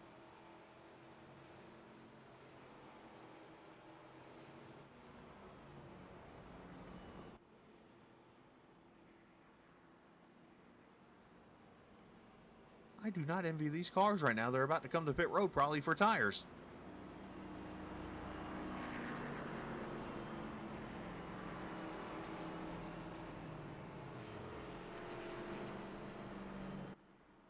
And then who tries to stay out here? Who tries to pit road's closed up? Pit road's open. Here we go.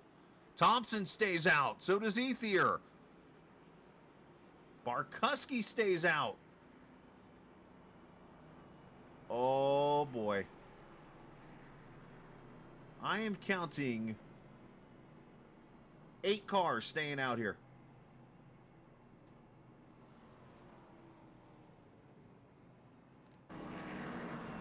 I think that's more than enough cars. Uh-oh. This is going to get interesting.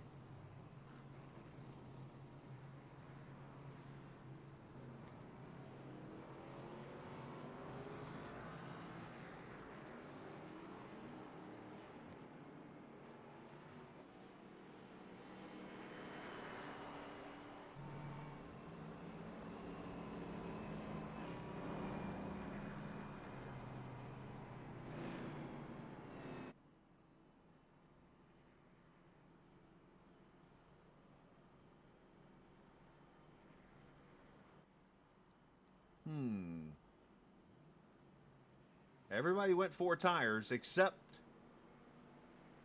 No, I'm sorry. Everybody did go 4 tires. So the top 7 now, from what I see on record, did not pit.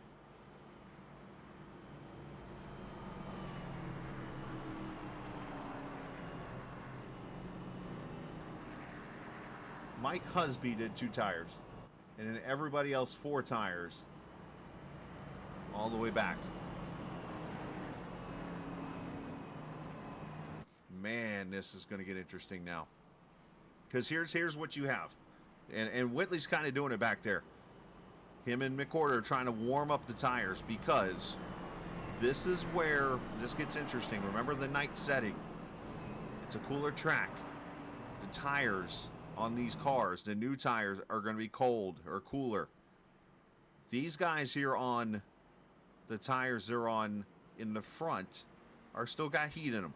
Not as much, but they still got heat. And could have a little bit of an advantage here for at least a lap. As we're still 2 to green here, so we're going into overtime.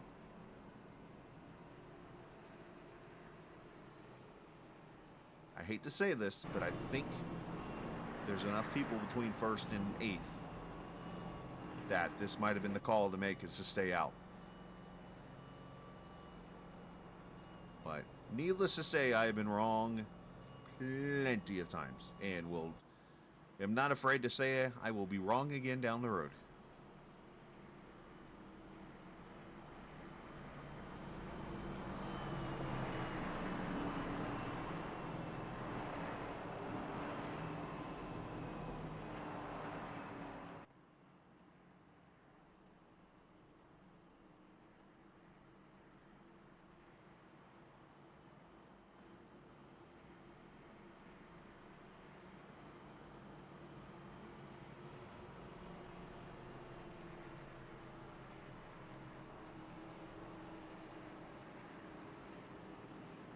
All right, 1 to go this time.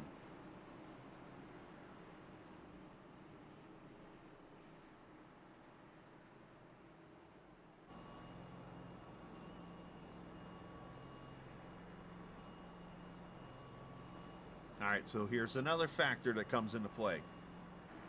Wheel spin.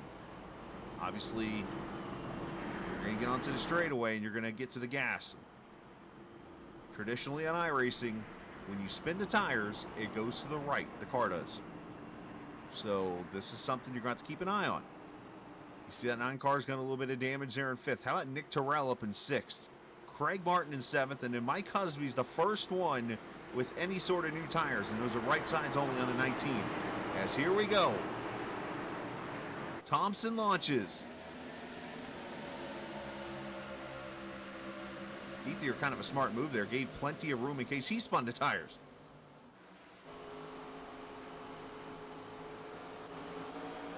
There we go. Do they get back to the white flag? No, they don't. Caution as they're wrecking in the back. Craig Martin and Mick Horter is in it. Matthew Weeks involved.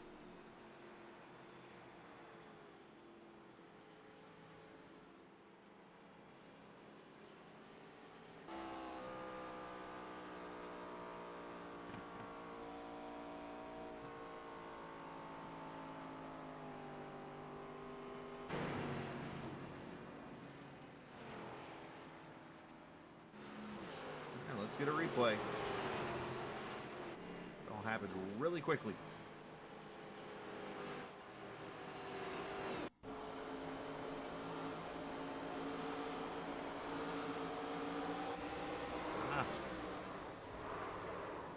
Wrong camera. Let's try it again. Producer's fired. Ooh, little net code there. 4 wide. And then more net code.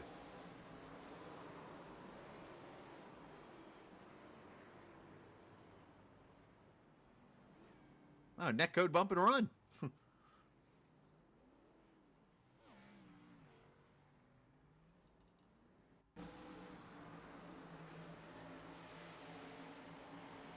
Yeah, right there, you see that, and then, I mean... And then add Whitley there, get some damage, too. 4 wide in Iowa. Oof.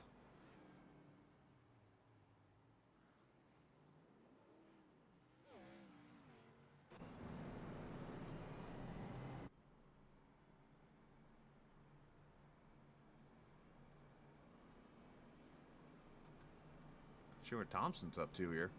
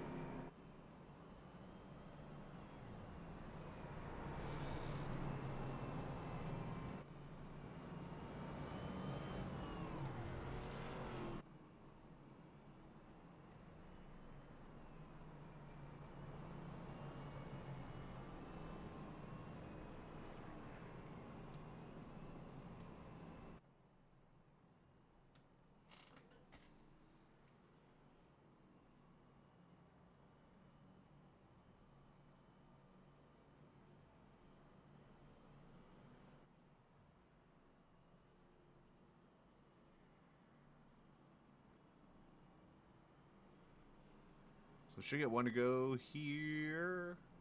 Nope, still got 2 laps. Let's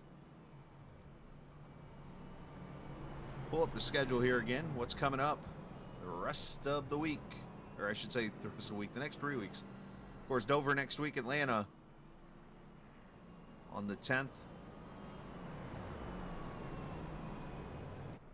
We'll have the green flag for you after 8:35 Eastern, both races.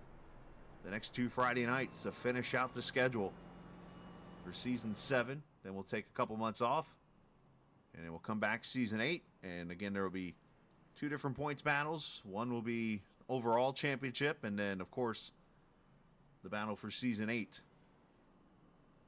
which I'm not 100% right on predictions, but I'm pretty sure, unless Casey has a curveball thrown at us, that will be a Daytona for the start of season 8.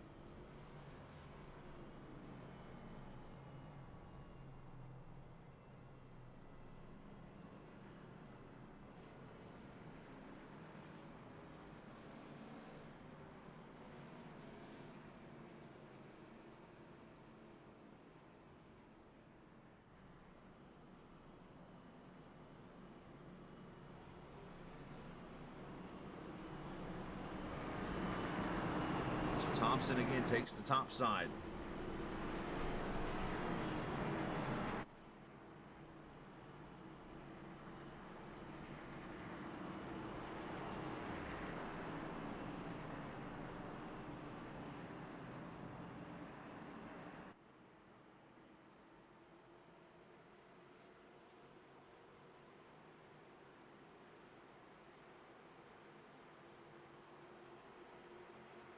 Again, got to be careful of the wheel spin. Ether gives plenty of room at the bottom as everybody rolls to the throttle pretty good.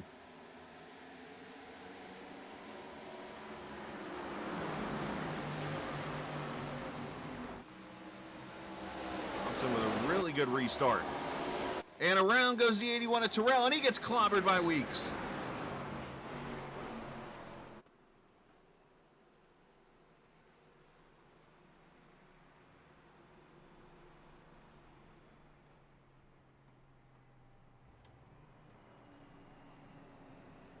in overtime. Once again.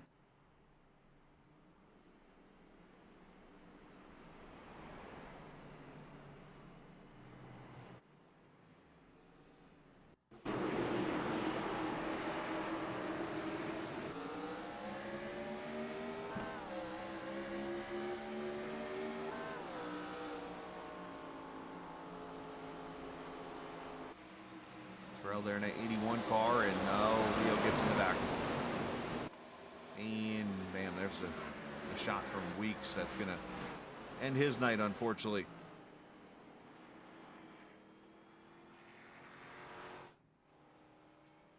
And we got some cars coming back to pit road. Mike Husby and others here to.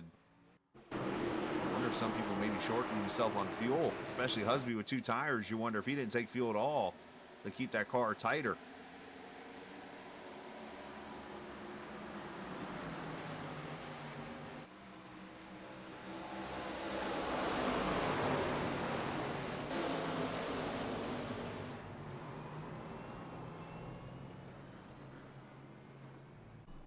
So we're going to try it again.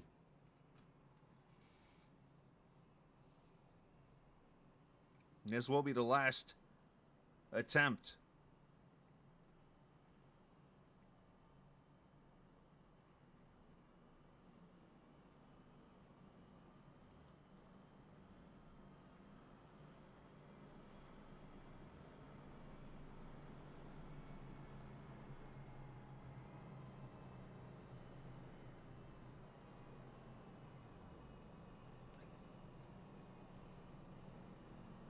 Unfortunately, a little bit of yellow fever is taking over here at the end of this race. Otherwise, outside of that, been a very competitive race. A lot of lead changes. A lot of great passing out there and so on and so forth. But unfortunately, some things have happened there at the end of this race. But let's see how we can... And if we can get to the checkered flag, under green flag here, or else the race will end under the yellow flag, and it'll be all over with.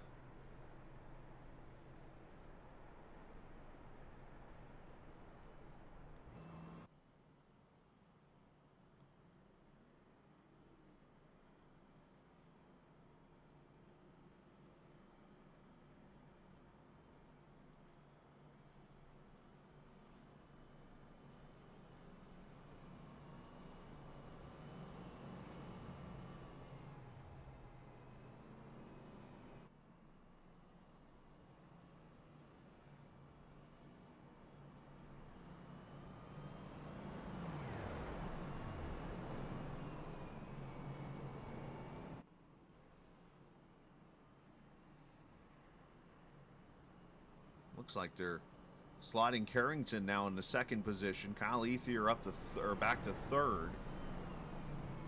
Barkuskian and Tyler Bellinger to the 5th position.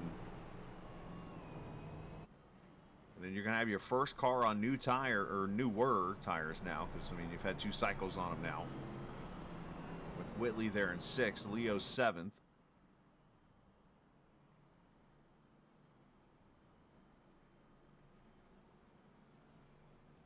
Here we go, lights are off.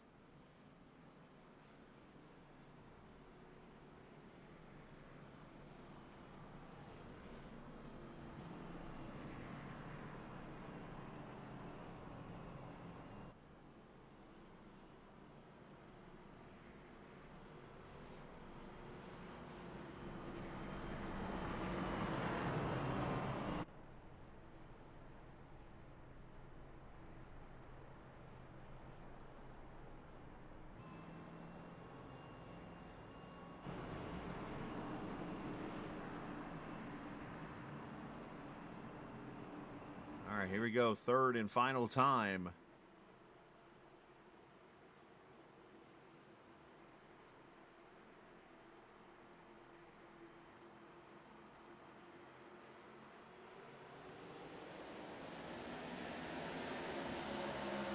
As Thompson gets the launch.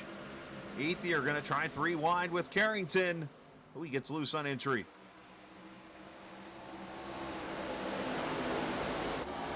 And into the wall goes Ritter. We stayed green because he was last back there in the back in the pack. Last car, I should say. If he can make it back, and Carrington and Ether go around. And the yellow came out. Race is over. And this is a big wreck.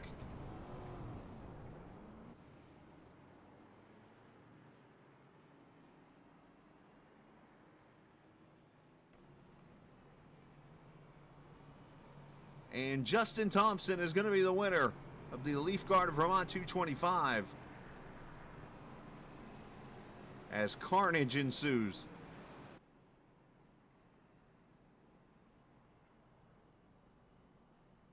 That wreck was big.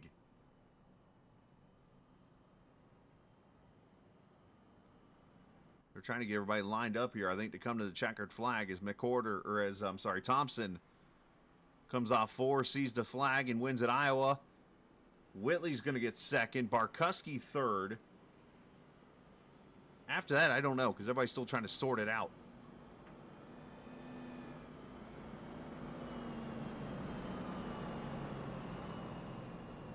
I can only imagine what's being said right now.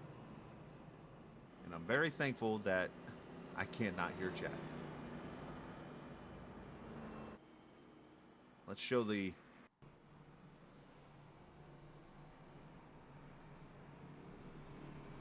cross-check for that. Let's see.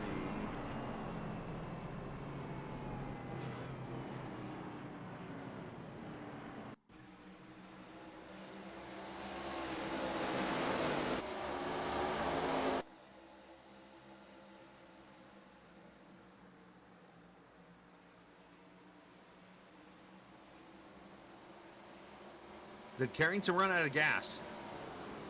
Because the car slowed, or something happened there.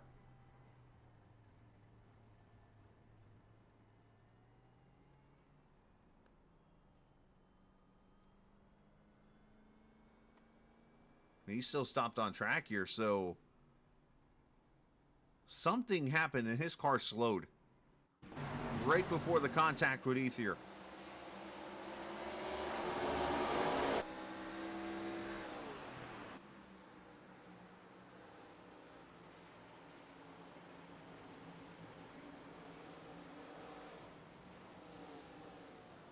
I mean, the 4 goes flying. McOrder gets through. What a gain for him there. I mean, you're talking about the ups and downs of racing. I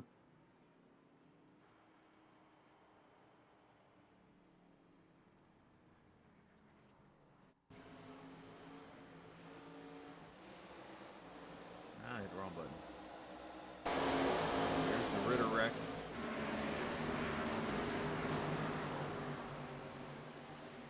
I mean, McOrder was back here in 19th. And they wadded up.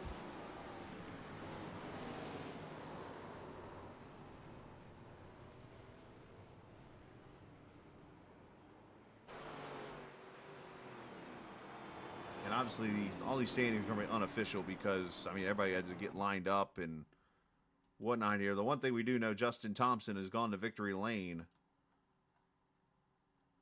and gets a second win of the season.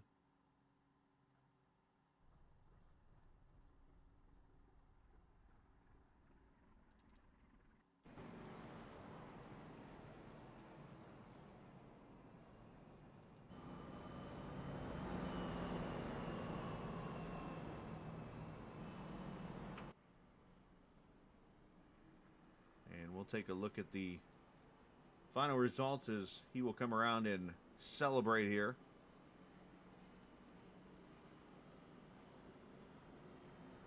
Thompson wins it. Whitley second. Barkuski third. Josh Dillon fourth and Rosenberg fifth.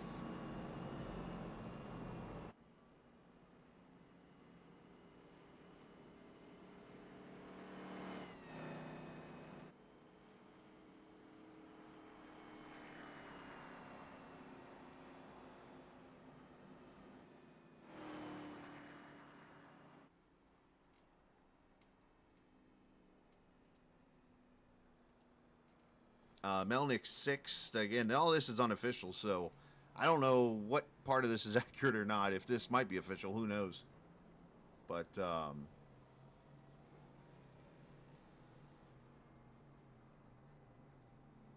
hey, y'all play nice in chat, please.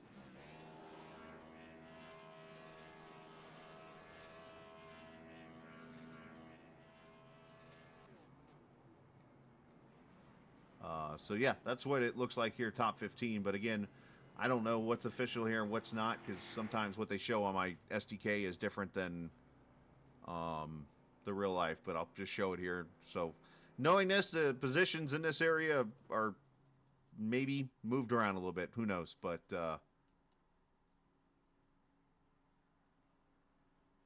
with that said, let's talk to the top 3 finishers here tonight. Barkuski, Whitley, and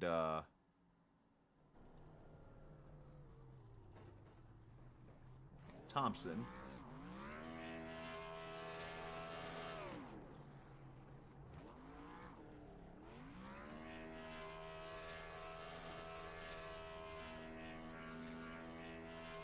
As Brandon joins us here. Brandon, obviously, wild ending there to what was a pretty good race for the first 140 laps. But obviously, a third place finish.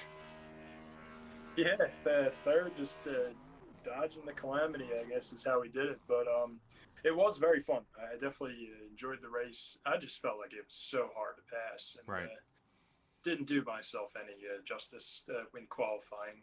Just being back there, I feel like everyone was running a very similar pace, and you would think with a track this wide you can make up ground, but everyone really kind of picks the same 1 or 2 spots, so it was just tough. But I don't think we deserved third. I think at best we were like an 8th or 9th place car. I don't think we were like any better than that. I think we just lucked out with staying out there.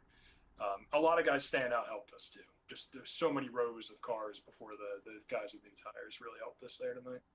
Yeah, I was starting to wonder if, especially as that restart happened, the first one, when you guys stayed out, I'm like, this might work out for the older tires because of how cool the track is now. And obviously, the newer tires being cooler, and you guys still having the warmer tires that they're cooling down, but you guys get fire off and have a little more grip. Is that what you kind of felt there? Yeah, that's a good point you made right there, too. I mean, for the first time all night going into one, I wasn't babying the throttle. I was just able to just hammer it down.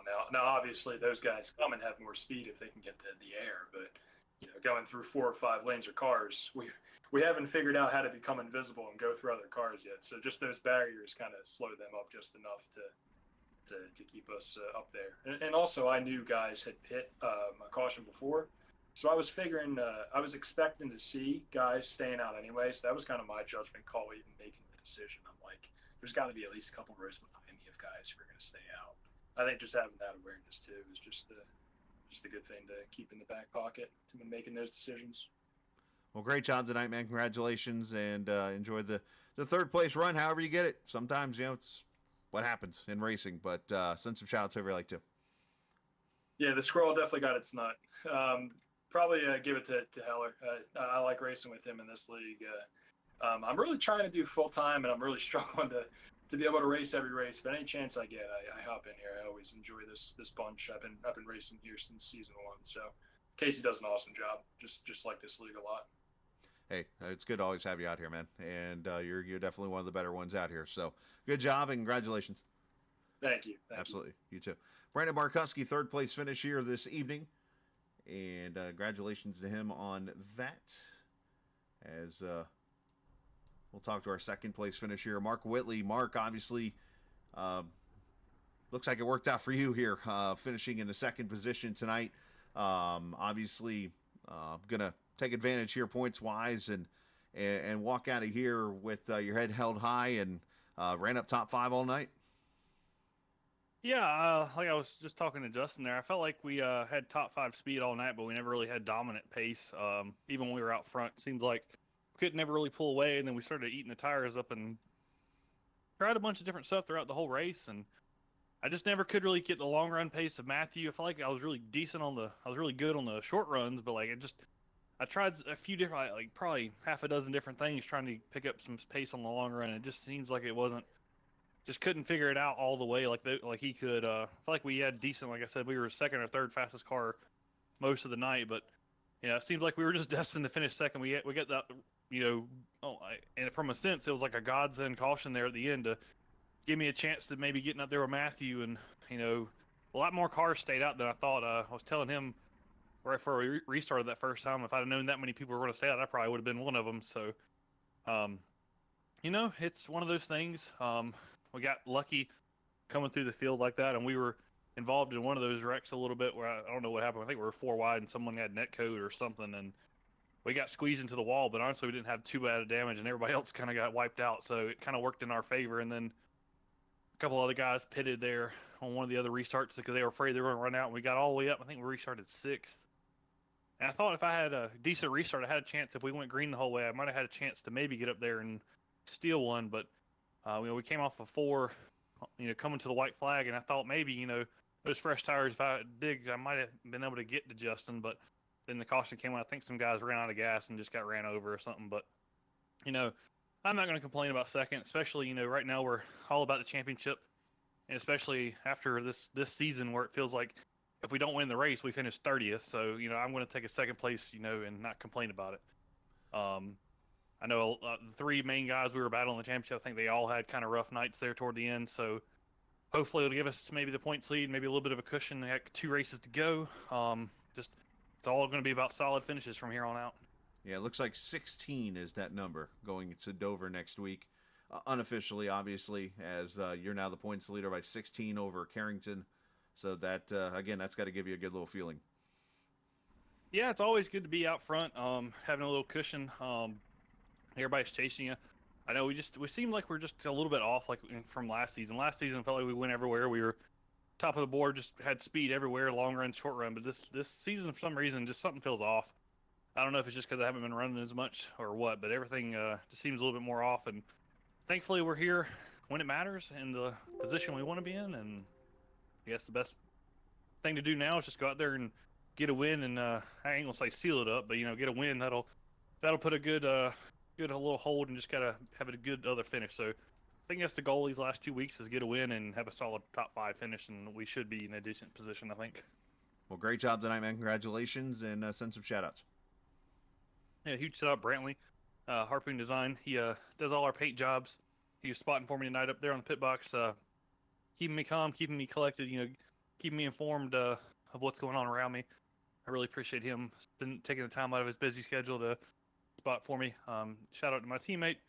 I know he had kind of a rough night and ruffled some feathers probably, but always fun to run with a teammate most of the time. Hopefully he can turn it around here and get some good finishes here to close out the season. Shout out to my family tuning in these broadcasted races. I really appreciate it. It means the world to me. They tune into these virtual races to watch me drive a virtual race car around a virtual racetrack. It's it's pretty awesome when you think about it. Get to do something that I always want to do, drive a race car, but just in virtual, it's a lot cheaper And safer, I guess. Yeah, that too. Very well. I have seen people that direct drive wheels. They can snap your wrist, so Yeah, I don't no know. kidding. It's a little safer, but you can be. But shout out to you for putting on a great broadcast. Should be fun to go back and watch. Especially the end there. It should be a little interesting to see what happened from the outside point of view. And I guess shout out to Casey and Joseph putting on this league. This season's been a little, roller coaster of emotions for a lot of people, but all in all, I think it's a good league, and hopefully, I think everybody can settle down maybe after this season ends and get a little break and come back next season, and everybody be more level-headed, and we can get back to how we've been running here in the last couple of years. Absolutely, man. Well, great job tonight. Appreciate it, man. Yes, sir. Mark Whitley finishing in the second position and gets the point lead now by 16 over Casey Carrington. We'll review that here in just a second, but first we'll get our winner down here, and that being Justin Thompson, who found his way to survive up there. Congratulations, and second win of the season, second win here at All-American for you, and take them how you get them, I guess. Yeah, I mean, you do what you got to do. It was a hell of a gamble to stay out. I didn't think I was going to make it. When I crossed the finish line under caution, I had 0.2 gallons of fuel left. So I didn't overfuel it on the last stop like I should have. And, well, the cautions played into my favor. in that one, and they all pit, and I stayed out. I mean, I got into well, Lord, what's his name? The 73. 4-car. Oh, Not well. I mean, there was nothing I could do, man. there was a I few was people you running hit. high. Everybody hit everybody tonight, so I was trying to Oh, help you. I got loose coming up off of turn 2. The race probably would have been won by the 4-car had I not got loose and then got ejected off the wall into his right front. So, I mean, it's a win, yes, but it kind of feels empty because I took him out. Right. So, I mean, that sucks, but hey, it's a win. It's extra points. It puts me a little further up than where I was at. I think I left Talladega in 9th. So, I mean, it was a good point tonight. Sucked for Casey. He run out. Sucked for Matthew, man. Matthew had a really good run all race long, and for the way that happened, looking through the monitors and everything, and looking at everything, I don't know. I'd hate to have to be the official that makes the actual call of what happened there. Yeah, it's a tough decision all the way around. But yeah, obviously, I mean, tough situation. I know I kind of referenced they're trying to help you out with car numbers and stuff. But yeah, I referenced the Joe deal. That looked like just an unfortunate deal where you went to turn left to go to his inside and just misjudged and kind of clipped him. And then obviously the 4-car deal. And I mean, yeah, with Joe, it was I ran the top. I'd been running the top all race. I wasn't comfortable on the bottom. Every time I ran the bottom, I just get so sideways. I guess from all the heat I had in the car or in the tires from running up top that, I mean, it just wouldn't hold the track down there coming up off the corner. So, I was running the top, and, running the top, you get a massive run. So, I had that massive run, and I think there might have only been like a 1.5 foot between us when I got to him and went to go make the move to get back underneath him and cross him over. And yeah, I misjudged it a little bit. Between the closing rate and how close we were, I misjudged it completely. But hey, man, like I said, win's a win. Hate it for the ones that I got into. But I mean, that's racing. I mean, we're not here to be friends. We're here to race. right. So, I mean, I didn't wreck nobody on purpose. I didn't intentionally dump anybody. I mean, rubbing's racing. And, it just, everything played into my favor tonight. It's a good way to end my birthday today. And, I'll take it. There you go, man. Well, hey, happy birthday. And Thank you. obviously plenty of ways to celebrate down there in Georgia. So nice job. Send some shout outs here if you like to. First and foremost, you for broadcasting and keeping this up. I mean, we appreciate it. It's always fun to go back and watch them and see things that you don't get to see while you're driving. So, for sure, man, we really appreciate you. All of us here that race, we really appreciate it. Casey, Joseph, everybody involved with the series, we appreciate that. And my wife, always got to give my wife a shout out. She puts up with all this stupid stuff. So, But hey, it ain't stupid. It's kept me out of jail since I was a teenager. I ain't gonna complain too much about it. That is one good Something thing to do other than go out and run around on the roads and cause trouble. That's a great point, Hal. Yeah, it does keep us out of jail, doesn't it? Anyways, great job tonight, man. And go celebrate your second win. All right. Appreciate it, buddy. You too, man. Justin Thompson, winner tonight at Iowa Speedway. Congratulations to him, and what was a wild ending there when it's all said and done. So good job on his part. Good job. Obviously, majority of the race was pretty good, and then obviously it turned in a little mayhem there. Got Western, as some like to say, on dirt tracks. But, hey, that's racing for you. It has its ups and downs. But congratulations to Justin Thompson on the win here tonight. Let's show you the point standings. I've kind of mentioned it. We do have a new points leader again with 2 races to go after tonight, as Whitley leads it over Carrington. McOrder 22 points back. Weeks and Thompson jumps up to 5th from 8th. Now 61 points back. They're in 5th, so realistically he does have a shot if he can go to victory lane at Dover, but going to be an uphill climb there for him as we, again, go to Dover next week for race number 13 on the season. So, hey, big shout out to Steve Ritter for Leafguard of Vermont for sponsoring this race this week. They'll be sponsoring the next 2 races also. Harpoon Design for the sponsorship of the series, and obviously all the viewers here tonight. Appreciate everybody for watching. Appreciate, of course, Casey Carrington for allowing me to broadcast his series again for the, I forget where I'm at, I think 4th season now, something like that. But looking forward to next week at Dover, and we're going to head out, enjoy your weekend, and enjoy the warm weather, and hopefully those in the Midwest stay safe, man. I saw some of that weather today. Yikes is all I can say to that, and hope everyone stays safe. But enjoy the rest of your weekend, and always remember this isn't just a game. It is iRacing. See ya!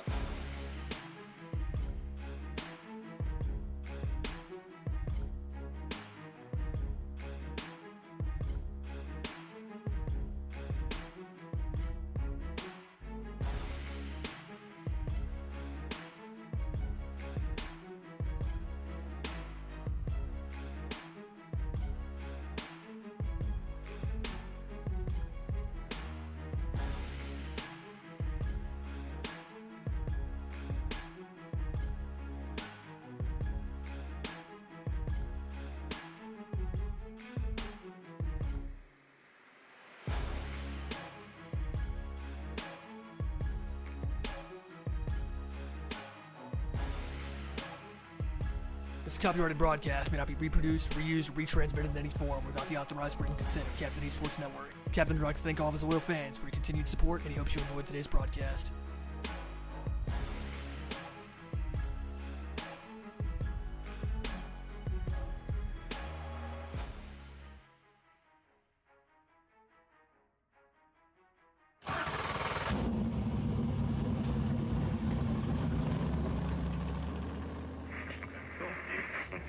The following is a special presentation.